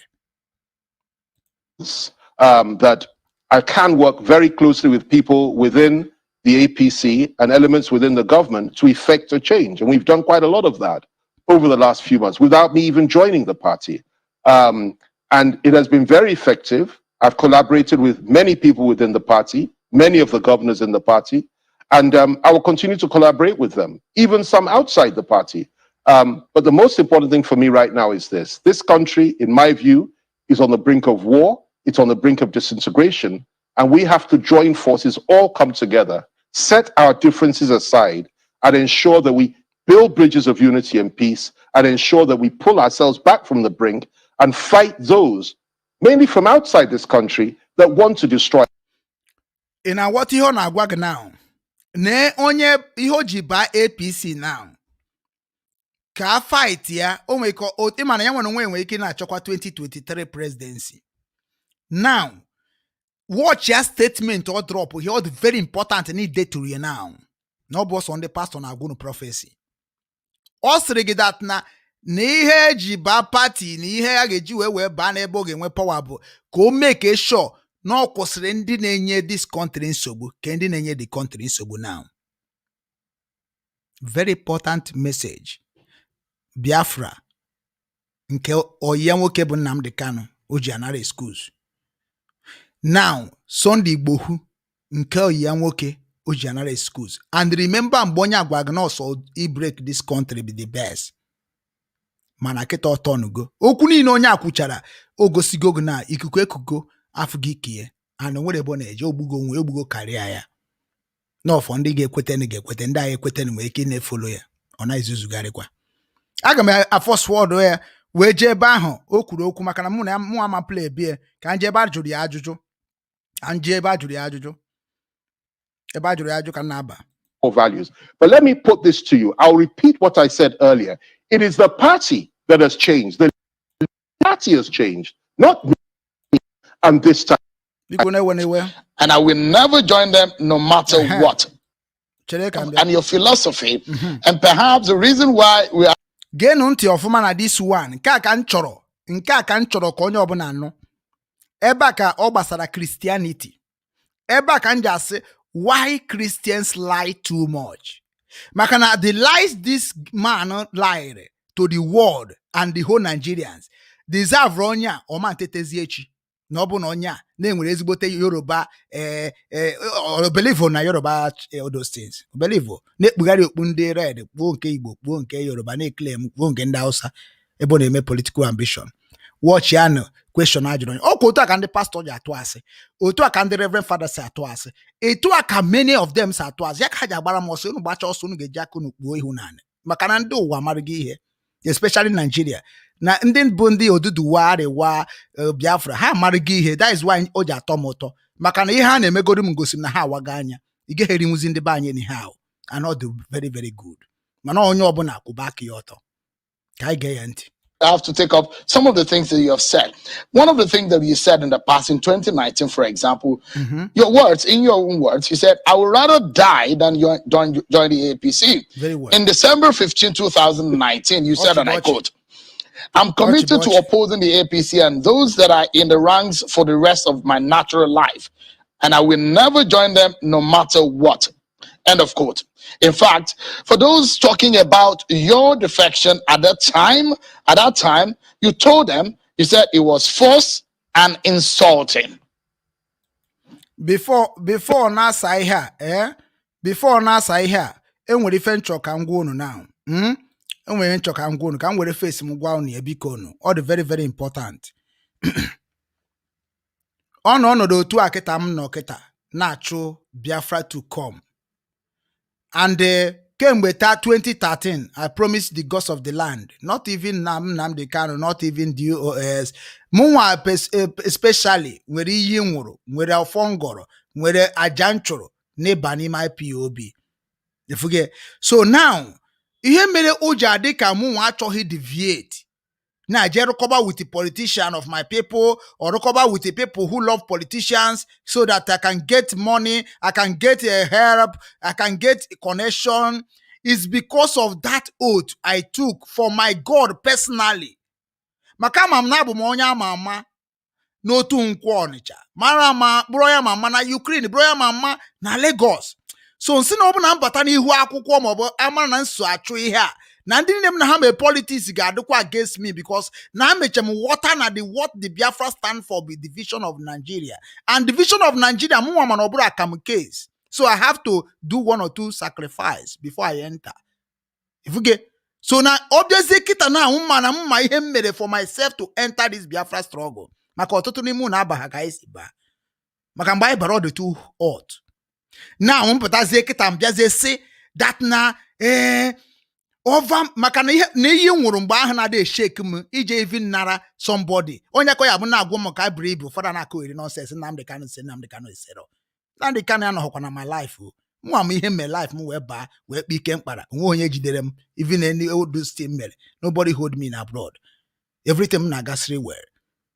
I don't look for face to do things.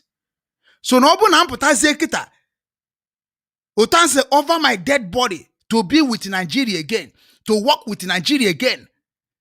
Biafra or death. Etu anwụchara iyi niile ama na anwụrụ ke m for real.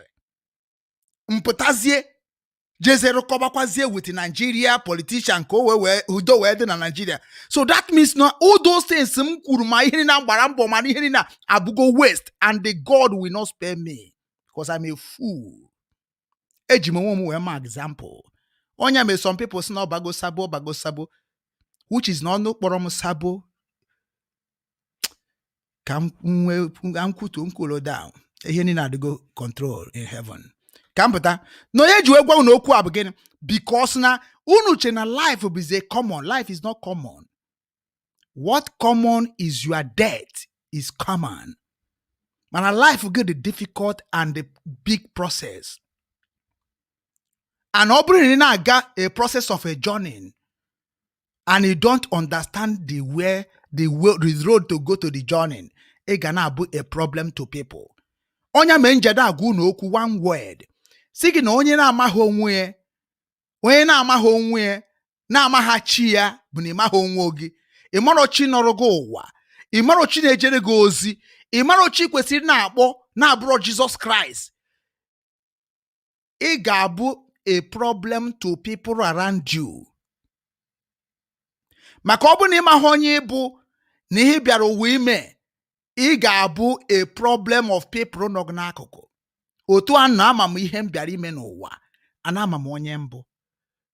And mgbe ọ bụ na ị matara onye bụ, ị ga-amata ka chi gị si arụrụ gị ọrụ. Onye na gị na chi gị dị na mma. I were ọnụ gị wee kwuo ihe adịghọ possible ka ọ dị possible. That means gị na chi gị so. Onya mere anyị dị too strong in this struggle. Na-egekwa ntị on the ụka ha promise cha they will not fulfill. Good. Can I answer the question now? Have you finished the nice quote? Answer it. Absolutely. Thank you very much. Let me put this to you. A lot has happened in the APC itself over the last few years. Would you agree with me? You are a political commentator. You know what has happened in the APC. You know what has happened in the PDP. I won't talk about the PDP on this program until they throw a brick at me, then I'll respond. I never throw the first punch. I always throw the last. Let's talk about APC. Now, if okurukita unu need the emoti ihe there, or if I be eme na struggle of this Biafra movement, some people will come in the platform say I will not expose Nnamdi Kanu. I will wait. Or I will not expose this person. I will wait. I will not tell this person. I will wait. Waiting you are waiting is destroying a human life. Waiting you are waiting is wedging and delaying what you claiming that you are also pursuing. Maka na onye ọbụla nọ na ichekwa ndị mmadụ maọbụ isave ndị mmadụ, it's like motochi jam mmadụ asị no ka ichegodu na ọma njam ya na onwe ndị na-anọkọta the turn us try na ọga the other side. Iri na-ekwu otu a ma ị na-eche otu a, automatically ịma na ị na-anwa chigo ọnwụnwa. Enu ihe okwu n'ebe a, ọ sị that na ya ma nche ontiri ndị PDP nwa agwụ ya na ịba anụmanụ wee join ya this thing na throw statement ya nwana wee rotere ha ochie na ọfụrụ, so na ha ncha niile nwechere evidence ha ga-eji wee na destroy onwe ha. Ya mere onye ọbụla decide ihe ọbụla ọ ga decide, whether na egburu mama go, whether na egburu papa go, whether na egburu nwanne go, nwanne enweghị onye ga-eji gwa ha okwu maka na enwego ndị otu ha niile gbugookwara ka ha si wee gbuo. Ị na-aghọta ihe a na-ekwu? Nke a na-akpọ Dilo Malawi atrogo statement, powerful statement to him. Wee si ya na otu akita na we kwuru, see that na over your dead body to join APC or till Jesus come. Na sizie Jesus when obiago is a powerful throne statement. If you man ihe nji wee si ka ngwo na okwu a ka anyị na-ama na-efolo ndị a ndị na-agwa bụ especially ndị nọ n'ala Igbo ogwucha ka anyị na-aga n'iru. The APC I was speaking about at that time is not the APC of today. The APC of that time, and I'll say it any day, anywhere, the APC of that time did not have the leadership that they have today. Today, you have a man who is the National Caretaker Committee of the APC, that's Governor Mebuni, who has done exceptionally well in attracting people and presenting a broad-based, liberal, pluralistic view on national issues and national affairs. And he has opened the doors of the party to all manner of people with a plural, plurality of views. We may not agree on everything, but certainly there's a place for you in a wider family. And you can effect your purpose and fight your corner from within. And that is the difference between that time and this time. The old leadership of the APC was very, very different in its outlook. And I would never have joined them had the leadership not changed. What we have today is an accommodating party that is ready to take people on and is ready to listen to dissenting opinions, even from within, providing you conduct yourself in a mature and a decent manner. And that's what we've been doing. I've worked closely with Mebuni. I've worked with Matawale. I've worked with Governor of Kogi State. I've worked with Zulum. I've worked with a number of others. Even the governor of Plateau State. We've been collaborating over a period of time. Senator Grace Bent and so many others. And I'm telling you that there may be a plurality of views here, but we all agree on one thing, that people should be treated fairly and decently, regardless of where you come from in this country, regardless of your religious faith. We believe passionately in that. And we must not continue the narrative that we had in the past, that, we must divide one another and fight one another on religious or ethnic grounds. And that's the new me. And I am very, very proud of that. But the party has changed. Not me, the party has changed. And the president has been accommodating of that change, which is very gracious of him. And that is why I am where I am today. And I'm very proud to be here. It doesn't matter what people think. It doesn't matter what people say. If I give you quotes of what... Unanafu ihe ebe anyị tiri onwe anyị. Ebe a ka anyị tiri onwe anyị. Na ọ chọghọ dị ma what people say. Ọ chọghọ dị ma what people think. Or chodima whether you dey feel good or you dey feel bad. Na ebe ya nọ ka ya nọ. Anọ nwukwuru okwu okwuru ebe a nga refer kwunu political talk. O soro unu na ịchọ ime idozi ife ibidogodu na ground bido na ebe ihe ahụ bidoro. Ifuge. So now automatically na ọ bụrụ na FFK chọrọ idozi peace of Nigeria, ọ ga-eje bido back to root. How the regionally law was suiting the people. Obidogodi na Yoruba bennia. We mebe godi that thing na ka ọ dị mma maka Yoruba niile na protest nọrọ nyanwa na onwe ya pụta iro kita na Sunday Igbohu pụta. Enwero ka people follow ya ka egesi follow Sunday Igbohu. That means no bụ ka emere people ihe ha chọrọ. Ka o si claim na ọ dị mma na imere people ihe ha chọrọ, dozire people ihe ha chọrọ kwa ya. Then kedu ihe na-ekwu iji gba mbọ flat na imere ka Yoruba land mee nweta ihe ha chọrọ bụ na ha chọrọ oduduwa. ọ bụ na APC bara kịta na-abụ ihe ga-emezi ka Oduduwa naba nke taa ka nke echi. Gwana Fani ihe iji aba ebe ahụ bụ at least ka ihe help Oduduwa to go. Maka unu na-ada ekwuru ebe gosiri that unu nwere interest of the people. But unu na-achọ ka unu baa there. Otu ịbara there ị na-claim kịta that na change go system of that place. Change alatago. FFK bunatagoro unu change. Also na change abatago na APC. O change batara na APC bụ na Buhari jere ala Igbo. Jeje congratulate Hope Uzodimma na igbushishi ndị mmadụ niile bụ ụmụnne ya. Ọ bụ change bi emere na Boko Haram ka na-egbu anyhow, ndị Fulani ka na-abọcha anyhow. Kedu change bịara? Change ọ bịara by na-echenjiri Buhari nwugoro anwụ. Buhari nwugoro anwụ na bana ajụ unu. Kedu ihe mere Buhari unu ji wee change Buhari ọ dị otu a? Unu adị ekwutenwu. Ọ bụ na Buhari bụ Buhari aha anyị ma since aha. Gịnị mere na Buhari achọrọ na adreesị people na ọ bụ na egbuo mmadụ somewhere? Unu adị enwere dị ebe unu na-ekwu okwu gosi that na you people care for the nation. Ebe ọ bụrụ na arụtụ aka bụ na wee ọ ga-abụ na ruo unu enweta ihe unu ga-eji wee protect your family, protect ohi unu zuru ezu na Nigeria. Mana this is the time Chineke ga-akpọ unu ezigbo ọkụ. For all the politician of Nigeria, unu enwere ebe unu na-ejezi. Ihe unu kwesịrị na-eme kịta advice na-enye ndị papa ha ma mama ha bụ politician. Advice na-enye unu iji gwa papa sepụ aka enwe n'ofe na ọ wọkwa aka mara a ga-ejikwa ma gbujisie ya. O nwere ihe mere ka Nigeria merie this movement of self-determinations around the Nigeria. Enwere ihe mere even UK is too small for this massive movement worldwide. Even American is too local to this movement because they don't have say. Ihe nwere ike maybe na use unu ta, use unu echi. But one day, otu osu sit at home we surprise ndị DOS n'anya gbogom, surprise kwa ndị sendiri ndị agent sisi kwụsị agbagam n'anya. Otu aka unu ga-anọkọta one day ebe ọbụla unu bi na the whole Nigeria, unu amafọ ebe unu gbajere. Because na people kunu na plan ka ordinary people na plan. Kunu na plan ka ordinary people na plan. Bia buze kita anyị magoro power in the whole world. Ebe kunu gbazeje.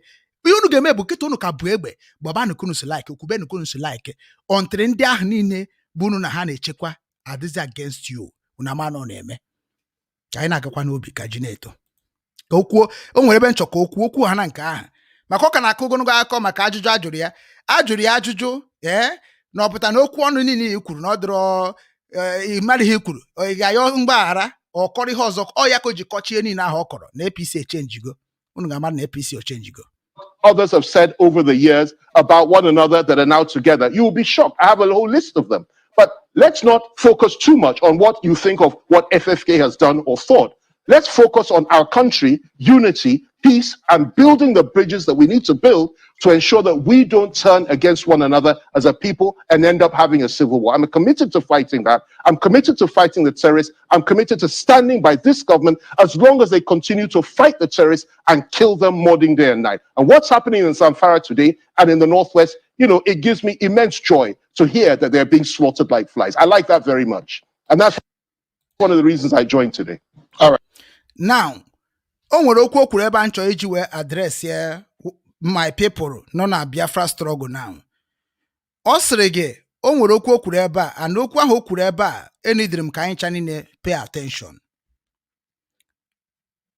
Ọ sị forget godu maka this offense ọ dara by sweacha the big swearing. Ọkwa mmadụ ịnọkwata swear okenye dịka ya swear something ọ dịghọ sure. Abịakwa sisi ekekisi swache we mebezi. That means na nwa gị nwoke ahụ ma ụmụ gị ahụ niile ga-asị na papa anyị na-atụkakwa asị o. Papa gwuche ebe okwu ebe a. So na that kind thing ahụ na gịnị mere iji mee otu a na ọ bụ aja agwa ka ị kpara. Nyanwa wee na-ekwuzisi hapụgodu na aja agwa a mkpara. Ndị na-achọ ka ndres bụ ndị na-ada asịkarị anyị na ndị na-ekwu okwu dịka onye zuru oshi na IPOB ma onye mere acting na-eme anyị affect somewhere abịasị nwanne rapụgodu na ihe a ka anyị kwubegodu ka anyị ga-esi kpọpụta Nnamdi Kanu. Nwanne rapụgodu na ihe a ka ekwuo ka anyị esi kpọpụta Nnamdi Kanu ka ha nwa na onwe ha enwere ihe ha na-arụ ha eji kpọpụta Nnamdi Kanu. Ịhụrụ ya ka o nwere ihe ha ma a ga-eji kpọpụta na ndị kpọpụta Nnamdi Kanu before na-agwa gị na ọ bụrụzi sistem eji wee kpọpụta Nnamdi Kanu before ka a ga-eyuzizi now. Mana gị nwa na onwe ga-achọ dị bata n'ime engine wee so na-ata afọ anyị na-ata amụ anya abalị ka e wee kpọpụta Nnamdi Kanu. mana ị ga-eje na kọmentị na-agwa ndị mmadụ nwanne ọ bụrụ ihe unu na-akọgodu si kuwere ka a ga-akpọpụta ndị Nnamdi Kanu ha kpọpụtakwara gị Nnamdi Kanu kịta na efukwa ikwugheribekwa ọzọ. Ọ bụ na akpọpụta Nnamdi Kanu, what is the next? I nwegokwa another solution. Ihe nji wee kọtụ akụkọ a nkọrọ kịta because na our people ga-eji ihe ndị mere onye ọzọ ka eji mụta ihe. Ihe ndị politician na-ekwu ka eji na-ama ihe ka anyị na-ama ndị bụ politician na ndị na-enyere anyị aka. So now ọ sị gị hapụgoro arụrụ a na ọkpara, hapụgoro ajọ ihe ọkpara, nwanne unu nwere ihe a na-ekwu dị na ka anyị jebegoro ka anyị ga-esi unite ya Nigeria, ka anyị jebegoro ebe anyị ga-esi zọọ ndị na-egbu egbu, ka anyị jebegoro ebe anyị esi wee mee ka udo chia, ka onye ọbụla ribe, ka onye ikwu ribe, ka onye nta ribe. Ọkwụ ọ na-akọwa udo. Ngwa FFK n'ugwu gị kemgbe ịfụrụ ihe na-eme, kedu ka isi gwago Buhari okwu shows that na Buhari self na-eme gị welcome because na ị na-awere ya aja na garị. Kedu okwu ikwugoro iji wee gosi ndị North that na gị nwa na onwe ogo stand for them, na that government of APC is wrong, they are criminal. Then party bara n'ime today ọ bụ party PDP ka eji wee gbusisie ndị egburu na North of recent ya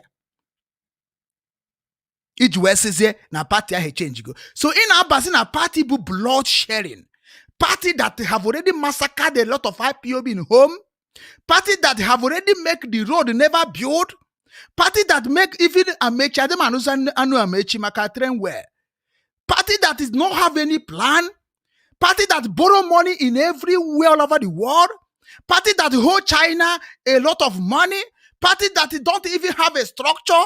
Keep as na say that na party change go. Anyị chefu arụrụ a na ịrụrụ. Ndị nwere ike ichefu ebu ndị Yoruba bụ unu, mana anyị nwaji unu n'ọlụ taa abụrụzi ka anyị na-agazi ka unu fụzi ebe nsi wee like data onye ahụ mere okwu and ihe anyị nwa bụ ụmụ Igbo ga-amụta. Very important. Right. There is a vehemence in what you say, in the use of language, and perhaps the time when you say you'd rather die than join the APC. Do you think maybe you went too far? No, let me tell this, Shehu, again, it's not a question of use of language. It's a question of commitment. It's a question of understanding. And it's a question of accepting the fact that people base their decisions on conviction and not any form of opportunism. That's certainly me. If I wanted to be opportunistic, I would have done this long ago. I will never surrender my principles or my core values. But let me put this to you. I'll repeat what I said earlier. It is the party that has changed, the leadership of the party. O nwere ihe okwu ma chọrọ ka nchefu maka nchewekwa ka okwu otu mọtụ nchefu. Ọ sị gị na ha nwa na-ekwu okwu ka ha convince ye gị. Na ọ bụ na ha na-ekwu okwu ka reality na ha ma nkwudo ụdị okwu ahụ. So na nyanwa ọ na-eme ka unu mara that na maka ihe mma politics na-eme. Oh, conviction word aga na-agba ga ekwecha gị n'enu gba ga na onye ka nje abụ mpụta nsị ndị principal officers IPOB DOS unu na-emekwa n'okwu conviction. Maka ya bụrụkwa Nigeria politicians. Okwu ọ bụrụ na-ekwu make sure that unu ga-defend when the time come.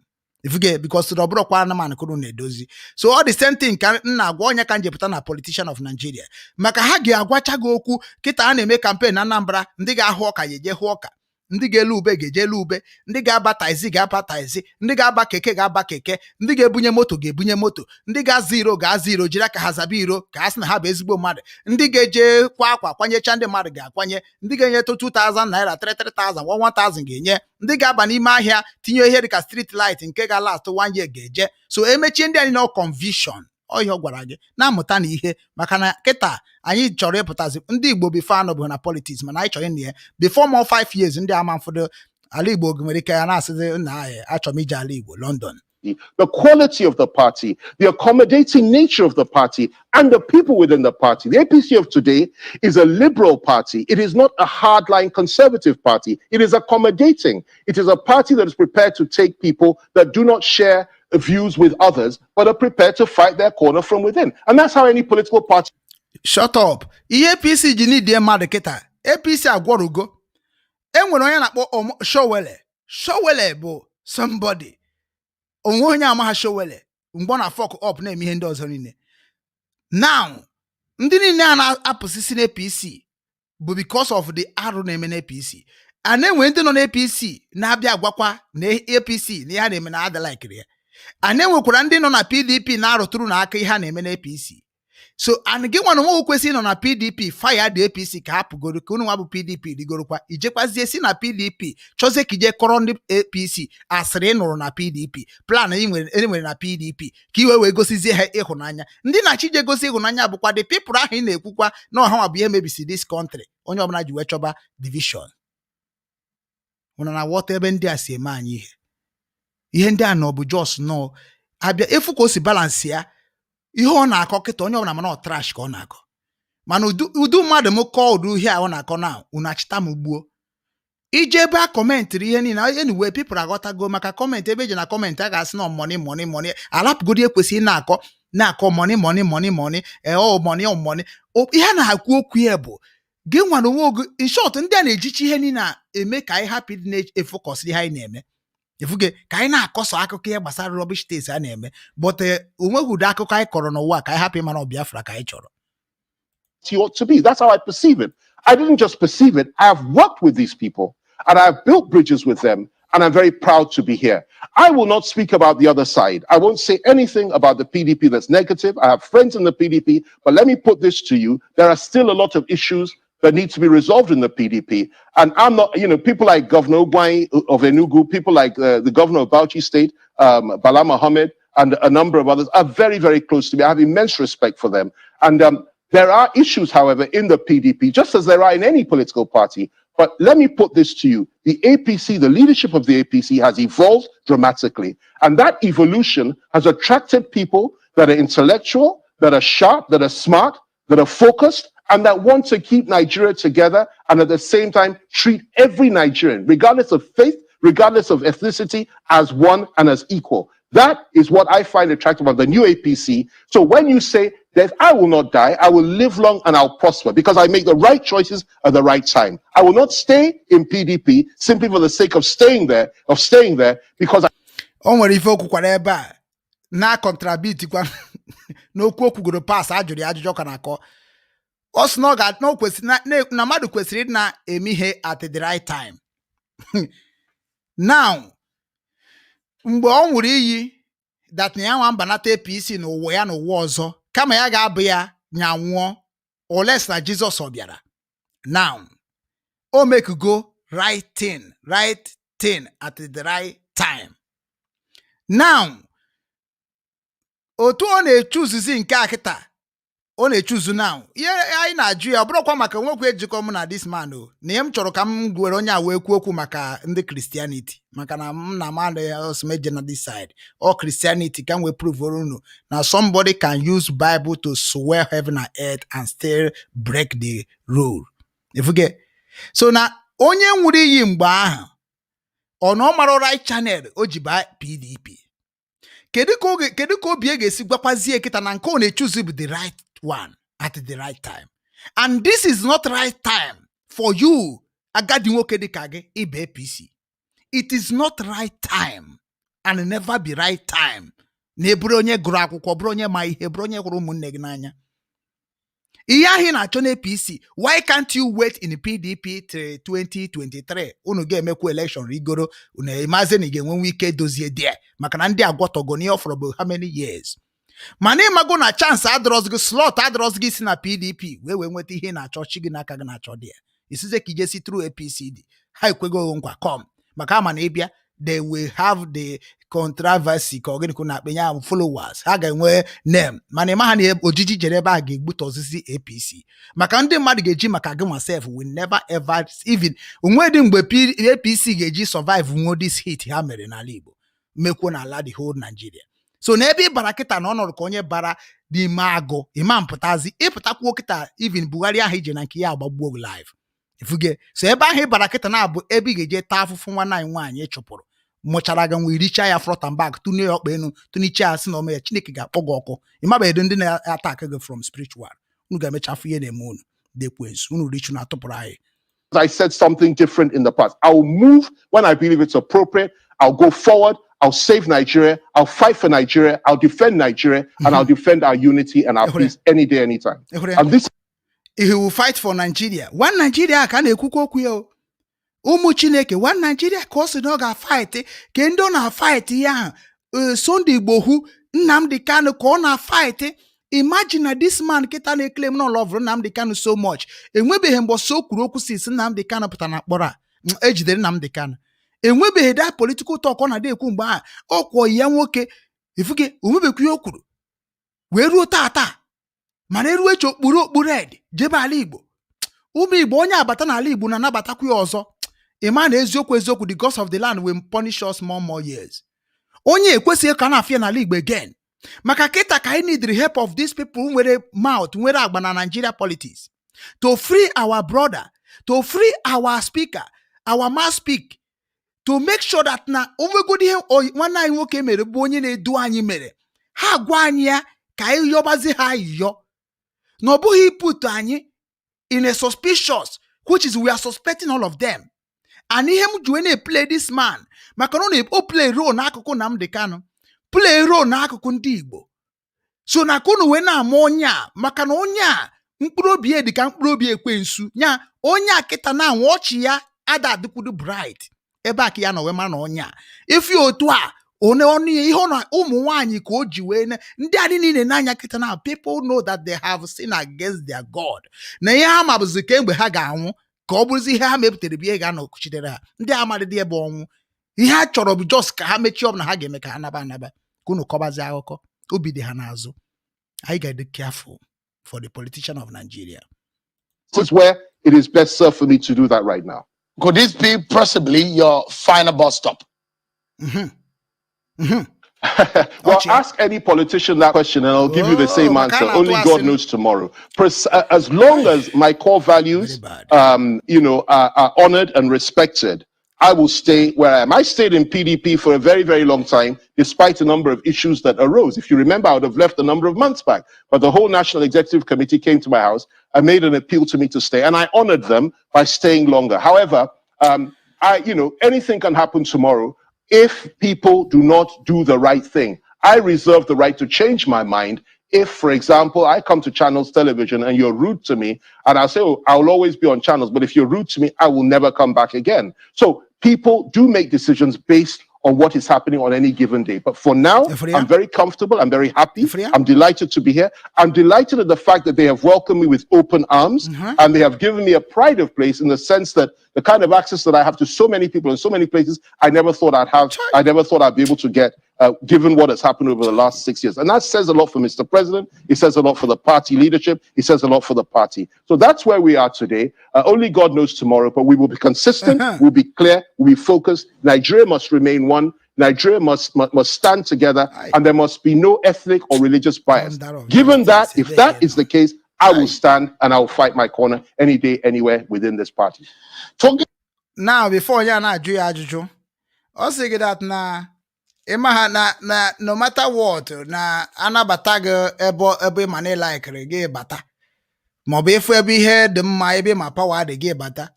Onye a kwesịrị na ige Boko Haram nwere group na-eme group na-anabata mmadụ. Ị kwesịrị ije baa Boko Haram group na ọha ma na-achị Nigeria now. Nwa onye na Boko Haram na-ama Nigeria aka ifuge ọkụ na ofu udo kind thing ihe niile believe ihe niile bụ Chukwu oke abịa maka ọ dị na everything based to God, everything hope in the God, everybody hope in God. Mana mgbe ị na-ekwu okwu niile ị na-ekwu, you don't even hope in God. You are just talking on your own way. Mana today na afugo ka o shi ekwuzi okwu. About fighting your corner already, some people already those who onwere ihe nchọrọ ka m nwete ka m nwa agha egezi nonsense a ọ dịgo m too much ka m nwete mgbe ha kwuru okwu nchọrọ iji advice ụmụ Igbo biko. For over 40 years, Dakwa Abiodun is a good friend of mine for over 40. Biko ka nwete ebe m na-achọ unewe n'iwe ka nwete mwa ya egechi ya bụrụ m iburu ike abụbago m for a number of months and they agreed with me and they moved across before me, and certainly I can assure you there are quite a number of other leaders. I won't be specific in terms of their office or the because this man jụrụ ya ezigbo ajụjụ wutere ya so much. O may expect this interview. I may expect the man will join. Be rest assured of that, especially the way the PDP is going. Others will join. Chief Fani-Kayode, it's a pleasure talking to you. Now, get on ebe aka nchọkụ no water ihe the game Yoruba na-akọ. na ebe a just gee ntị ọfụma maka na this man mere ya interview onye ọbụla watch gị interview ya kalaka and ọ bụ na this man si otu a na-ajụ ndị APC na-ajụ President Buhari na-ajụ other parties by now ihere ga na-eme ndị mmadụ ịbịa na channel mana onye akịta na jụrụ onye ajụjụ kịta na enwere ike ọ narụgo pịam from PDP ka ọ wee pịawa ya azụ now ọ pịawaga azụ mpịawa azụ ọ pịawara ya ego nke ndị PDP anago now FFK akịta na ga-embịaziri kịta na wee nyekwa ya nke ya ọ bịakwa ebe akịta na ọ jụbakwazi onye nke PDP pịawakwa azụ ego ka ha na-achụ. There is a statement Nnamdi Kanu drop maka this channel TV ebe a ka m mụtara a lot and ana m afịa na Obinwannem TV now. Kedu ebe ndị a si enweta ego ha ji sponsor onwe ha n'ihe niile ha na-eme? Ọ bụ ego YouTube ka ha ji akwụ ụgwọ ha ji afọ n'ishi ha ji eme ihe anọ arị to this into rich like this? Ọ bụ ihe a na-enweta na YouTube Facebook ka ha ji enweta? No, all political support. If you get political support, onye mere iji afụ before mmadụ enwe channel ga na-etrend like this, all bribe a na-ana ka eji afọ because ma amago mmadụ na-ekpọrọ m ka anyị rụkọ na Obinwannem website ma Obinwannem TV. Ihe niile ha na-ekwu bụ ka anyị chọọ ofu politics anyị ga na-aba aki anyị ka anyị wee na-progress na-promote ya like otu akịta na Andy Oba na-achọ this Soludo chọrọ ịba kedu ya na-akpọ the other guy mbụ Ifeanyi kedu ya na-akpọ this guy Capital Oil na-achọ ịba abịazi na aba anyị ike kwere mmadụ na-achọkwa ịbụ president na-achọkwa ndị onye ọbụla na-achọ ịbụ gọvanọ mụ eji nwayọọ jekwuru ha fuge sign a contract with them bụrụzie media publicity to them na-awụ ihe niile ha mere na-awụ ihe niile ha kwuru nwanne ga-abago ndozie telivishọn na Obinwannem onye ọcha ma ọsọrọ gị ubi following but ọ na-abụ sometimes mfụcha ndị Biafra ga-abụ bịa na side gị na-akpọ gị sabo those things I begin to shake cry. Oh mmadụ frustration ka ndị mmadụ ji deviate or frustration and ọ bụ na ndị mmadụ deviate ye ọ bụrụ ọzọkwa fault ha because ọ ga-abụzi fault gị nwa because no onye ahụ pụọ ọ kwadoro like udu mmadụ m nwa were suppression ma intimidation wee pụọ na Biafra struggle maka Chukwu ga-abụ enemy of Biafra struggle. That is how it be because ma ị gaghị achị aka na abụ wee n'ọnụ they will say leave this one and join here. Mana ifuzie ndị na-agba mbọ na ndị hụrụ ntutu taa they can never go back. Unu pụtakwara na akụkwa ndị a stored mana mụnwa makwa na ndị na-akụ stored a bụkwa ndị akwụrụ ụgwọ na side PDP na side APC maka ihe niile ịfụ na watch today watch ịfụ na enyebego m ihe ha chọrọ then now abịazie kịta na mgbe ikwubere nke ahụ bụ nke ga-eme ka anyị nche niile bụrụ onwe ndị were nwaanyị kịta ịfụ na ha ncha na amịna. So kedu ebe okwu m na-eje ka anyị gbanụ mbọ hụ onwe anyị n'anya believe in one mission. Ebe ọ bụ na akụrụ gbam kịta na ọka anyị naba ọ bụ na anyị chere na-esi ka anyị bido mmebe politiks nataba chọọ gọvanọ tinye chọọ anya bịakọtakwa ọnụ kwuo gị na ọ bụghị onye a na-ekwu saịdị onye a na-ekwu anọ m ebe udo ga-adị ka akwụsị igbu mmadụ ebe m nọ. Nnamdi Kanu pụta kịta si na ike ahụgie in short ka eme otu a mụnwa na onwe m eji nsọrị nda maka ọnda ahị m ka nọ otu ọka dị ndụ I will still believe na ihe nwụrụ na one day anyị ga-enweta ihe anyị chọrọ. Ọ bụgo na anyị nwetara n'ụdị a anyị enweta n'ụdị a mana ụdị anyị ga-enweta ya bụ nke anyị ga-eji wee bịa n'ala Igbo onye ọbụla enwe masị amaji makashi nsoro bịa nwere ọnụ ikwu okwu na amaji na-anaghị permission from Aso Rock. Efria so na ọ bụghị maka ijeje chụọ ego bụ the problem anyị na-enwe. Onye mee mfu ndị na-asị like my YouTube like my this ọ dịkwa mma o mana ọ na-adị mma na ọ bụ na anyị were efọs anyị niile and ndị niile na-anakọta ego na IPOB m ihe niile time erugo mgbe a ga na-akwụ ụgwọ ndị na-eme ihe midia na-eme ihe niile onye ọbụla sụkwụba ụgwọ si nyebe ego si tụkọba a na-atụka na-ewere ego na-emepụta ife maka na ndị a enidere ego ka e wee push this higher maka na ịkpọ onye nke akịta na ọsị na enwe na ya kwụọ m ụgwọ agụ na-agụ anyị because ejigo m Obinwannem media wee mara people cannot work with you without giving them something. Maka na ekwugo m okwu na television Biafra kwesịrị ịdị strong than this channel TV. Ị na-achịgwa m na the whole Biafra n'ụwa niile etu ego ka wee set a strong television na ha ma menwe. Ị na-achịgwa m na ndị anyị na-eguru akwụkwọ niile na-asụ pre na social media na ọ bụ na ha ncha niile agada ha train ha under 6 months si ha na ose na outside abroad na I do conference meeting, something, educate our people in a way that the white will be watching, the black will be watching. No, God had it possible. Sometimes when we put a plan like this, people will just crash it and I just love myself because I understand my life. One day, people will know that no name. Kai gente, Igbo people never get na last talk. So you got a bit upset, but it seems you got it cool later Not on. at all. Not at all. So I'd never be upset. In a onya chiochi, onya my home. Because no naru, or one naru can naru now. Come on, Ankemu, obu de nwete Biafra kete efu ka mbe na package o maka na anamamu history. From 2013 ka mbidoro muba history. Jira kam train bo nwom n'ihe gbasara journalist. Jira kam train bo nwom n'ihe gbasara ihe ọrụ media, ọrụ broadcasting, ọrụ things because na mgbe Biafra bịa kịta akụkọ nga na-akọ is what I learned from Korea, what I learned from Ukraine, what I learned from Nigeria, what I learned from Igbo land, and what I am expecting. Onya bụ history. Onya bụ in a present program. This is what we need to learn. Maka na ekwesị m ego ya n'akwụkwọ. Mana duto na menweghị privilege nne m na nna m enwere ego ịzụ m n'akwụkwọ. Then mụwa baa ahịa. Sizie n'ahịa wee bata n'obodo m ga-enwe privilege nje chọrọ bata nkwụ ụgwọ internet nwere kọmputa na-apịa na-agụ onwe ka nsi oyibo si gbagoju manya nje na Google or translate eremie in a pieces local English or small English or ije na dictionary. If you get smartphone is everywhere. Ije aka gị na-eme onwe education were time ahụ little time ahụ iji nweta data were eme a necessary things ị ga-eji mụta ihe were chọba onye ka nji si na aga m eji Obinwannem zụpụta ọtụtụ ndị mmadụ anọ na-eme and ha ama mụ abịara ebe a to make million nchi make million mkpọ ndị odogwu ma ihe m wọtụrụ nara ha millions pịa some poorest people na-eme mkpọtụ na social media down. Ifuge mana anyị nwana onwe anyị sacrifice on sacrifice ebe na-ata afụ ọ dịzie ka ya ma ije kpa ego ma ije tie ahịa n'ego maka na o nwere ihe karịrị Biafra freedom. Enwere even no karamụma na njiri na-anyụ ọka na-ata ya ka nna tusa ata ya kịta jos ihe m na-achọ kịta bụ because afọ m na ndị ọcha niile relax na befa ha nwere ego ha enweghị ego they don't bother. Security dịrị ha tight. O nwere ihe mede ka agụgụ gbuo onye so were obodo. Olesi ni lazy. That is what I'm expecting.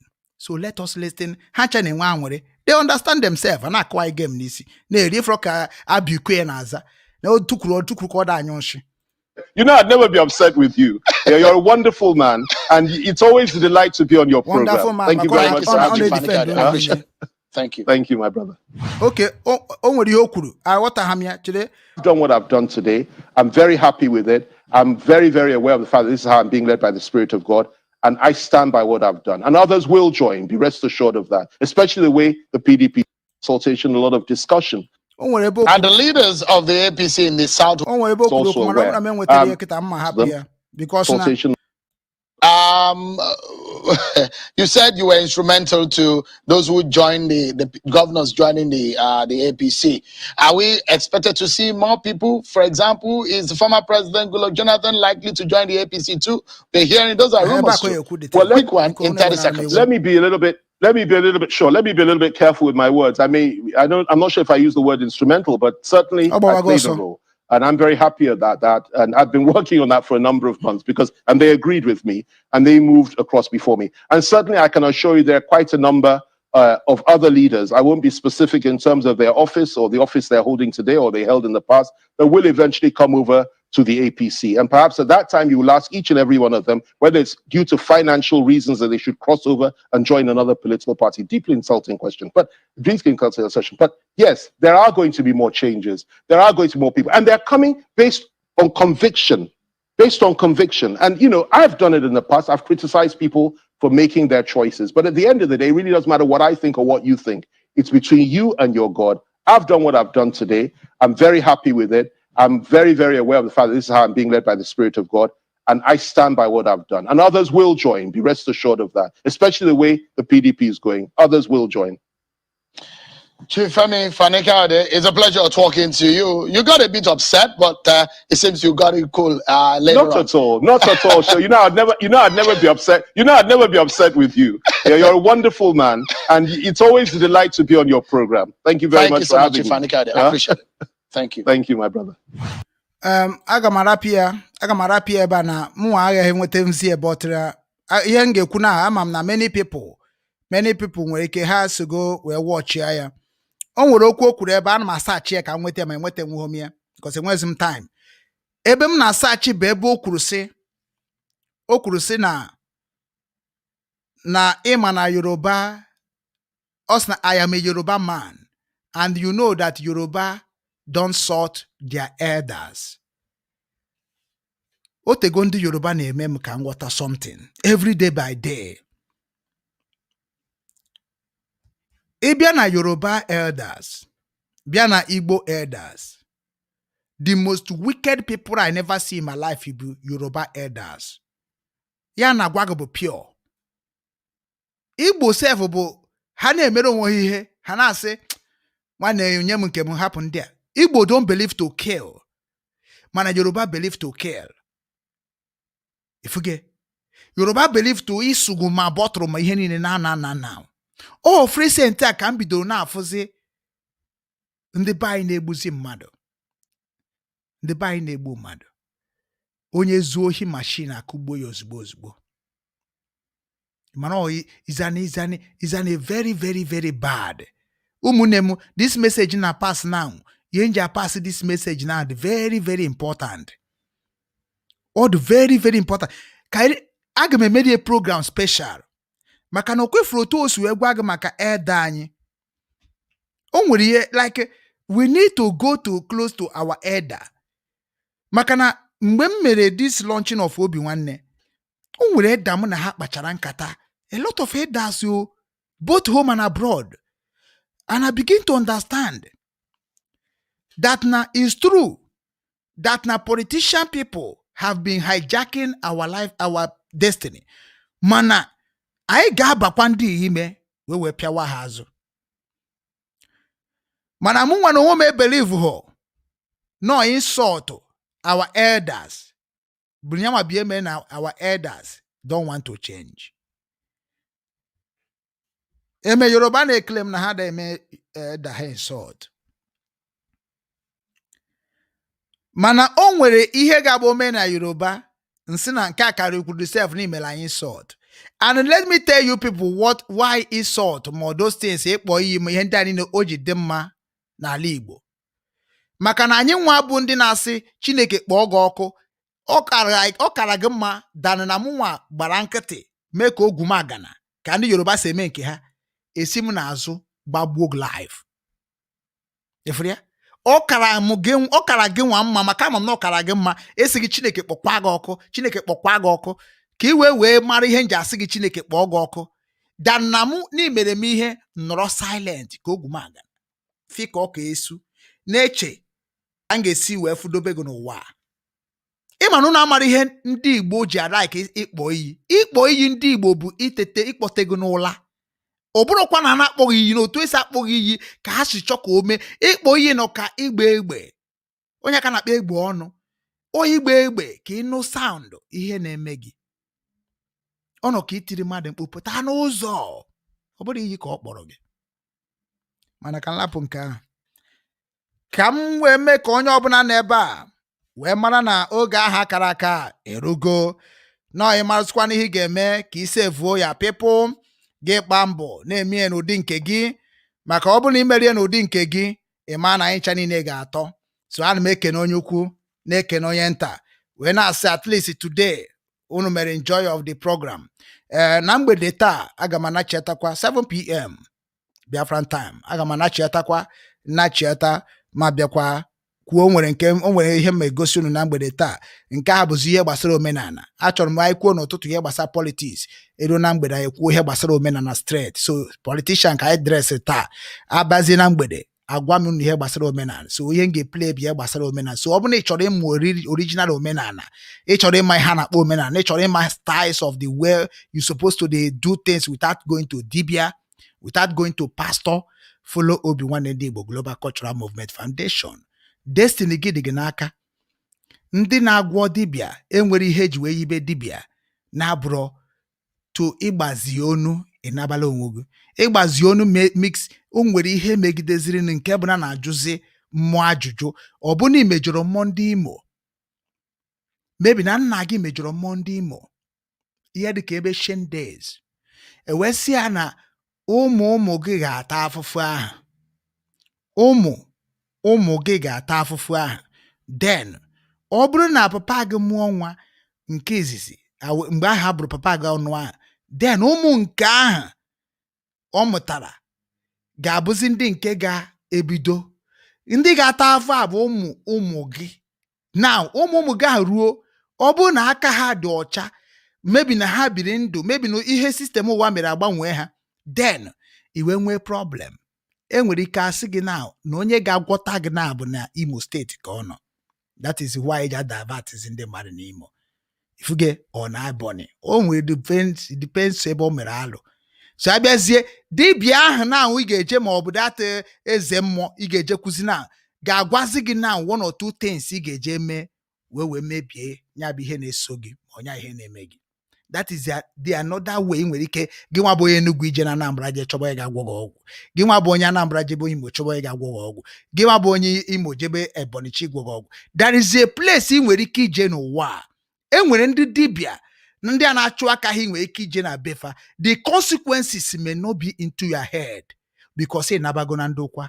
O nwere ike ọ bụ into your children head. So before ị na-eje na nke ndị ngwa ngwa ka ị wee bute ike, shi saa n'anya na afụfụ mụnwa bụ Okechukwu ugwu na-ata today sokwa n'ihe nna m metere. Na-agwakwa unu ihe, adị m agwakwa etinye unu na-ekwu ka ọha. So ekene m unu ka ọ dịkwa na mgbede. Ka Chukwu oke abịa ma nke kere n'igwe na ana ka ọ gọzie anyị niile na Eke, n'Orie, n'Afọ, na Nkwọ, n'ahịa na-anọ, n'izu na-anọ ụmụ Igbo ji wee biri. Ana m asị unu Obinwannem ofu obi ka anyị ji aga. Ekene m unu wee na-asị ka ọ dịkwa na mgbede. Ndewo.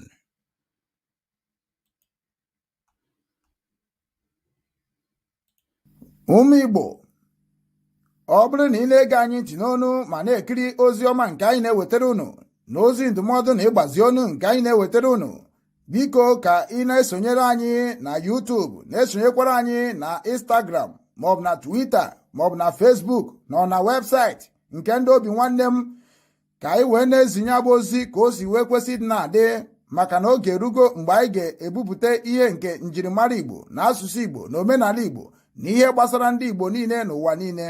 Ọ kacha ihe anyị na-achọ bụ Biafra. Ị ga na-afụkwanye abụ ozi ka ọ ga na-abịa. Ị na-esonyere anyị, ị ga na-ama mgbe anyị tụpụtara gị ozi nke dị mkpa ị ya mara, ma wee marakwa ị ga-eme ngwa ngwa ka emeghara ọdachi.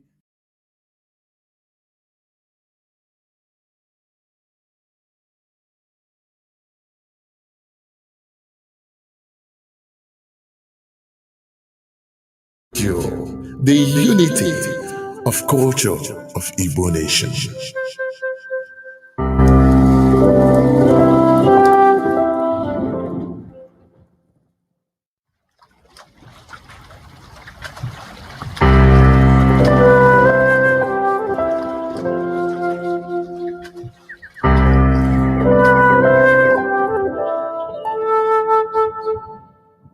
Obinwannem ndị Igbo Global Cultural Movement Foundation.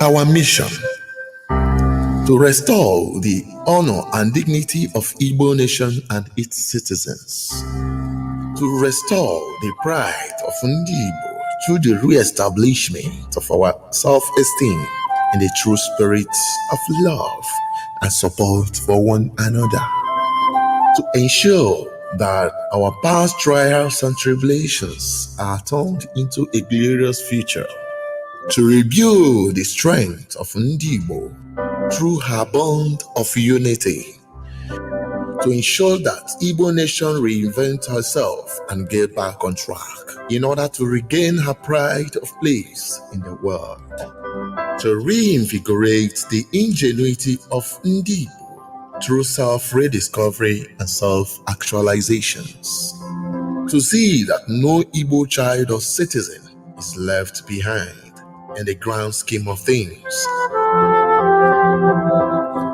For inquiries, call Director Nwachineke Ugu Okechukwu, Ukraine on +380 975 221413 or Assistant Director Nwachineke Obiageli Okoye, America +134 720 86637 or Enugu Nsukka Branch Manager Nwachineke Chinedu Nnaji +2348 067321144.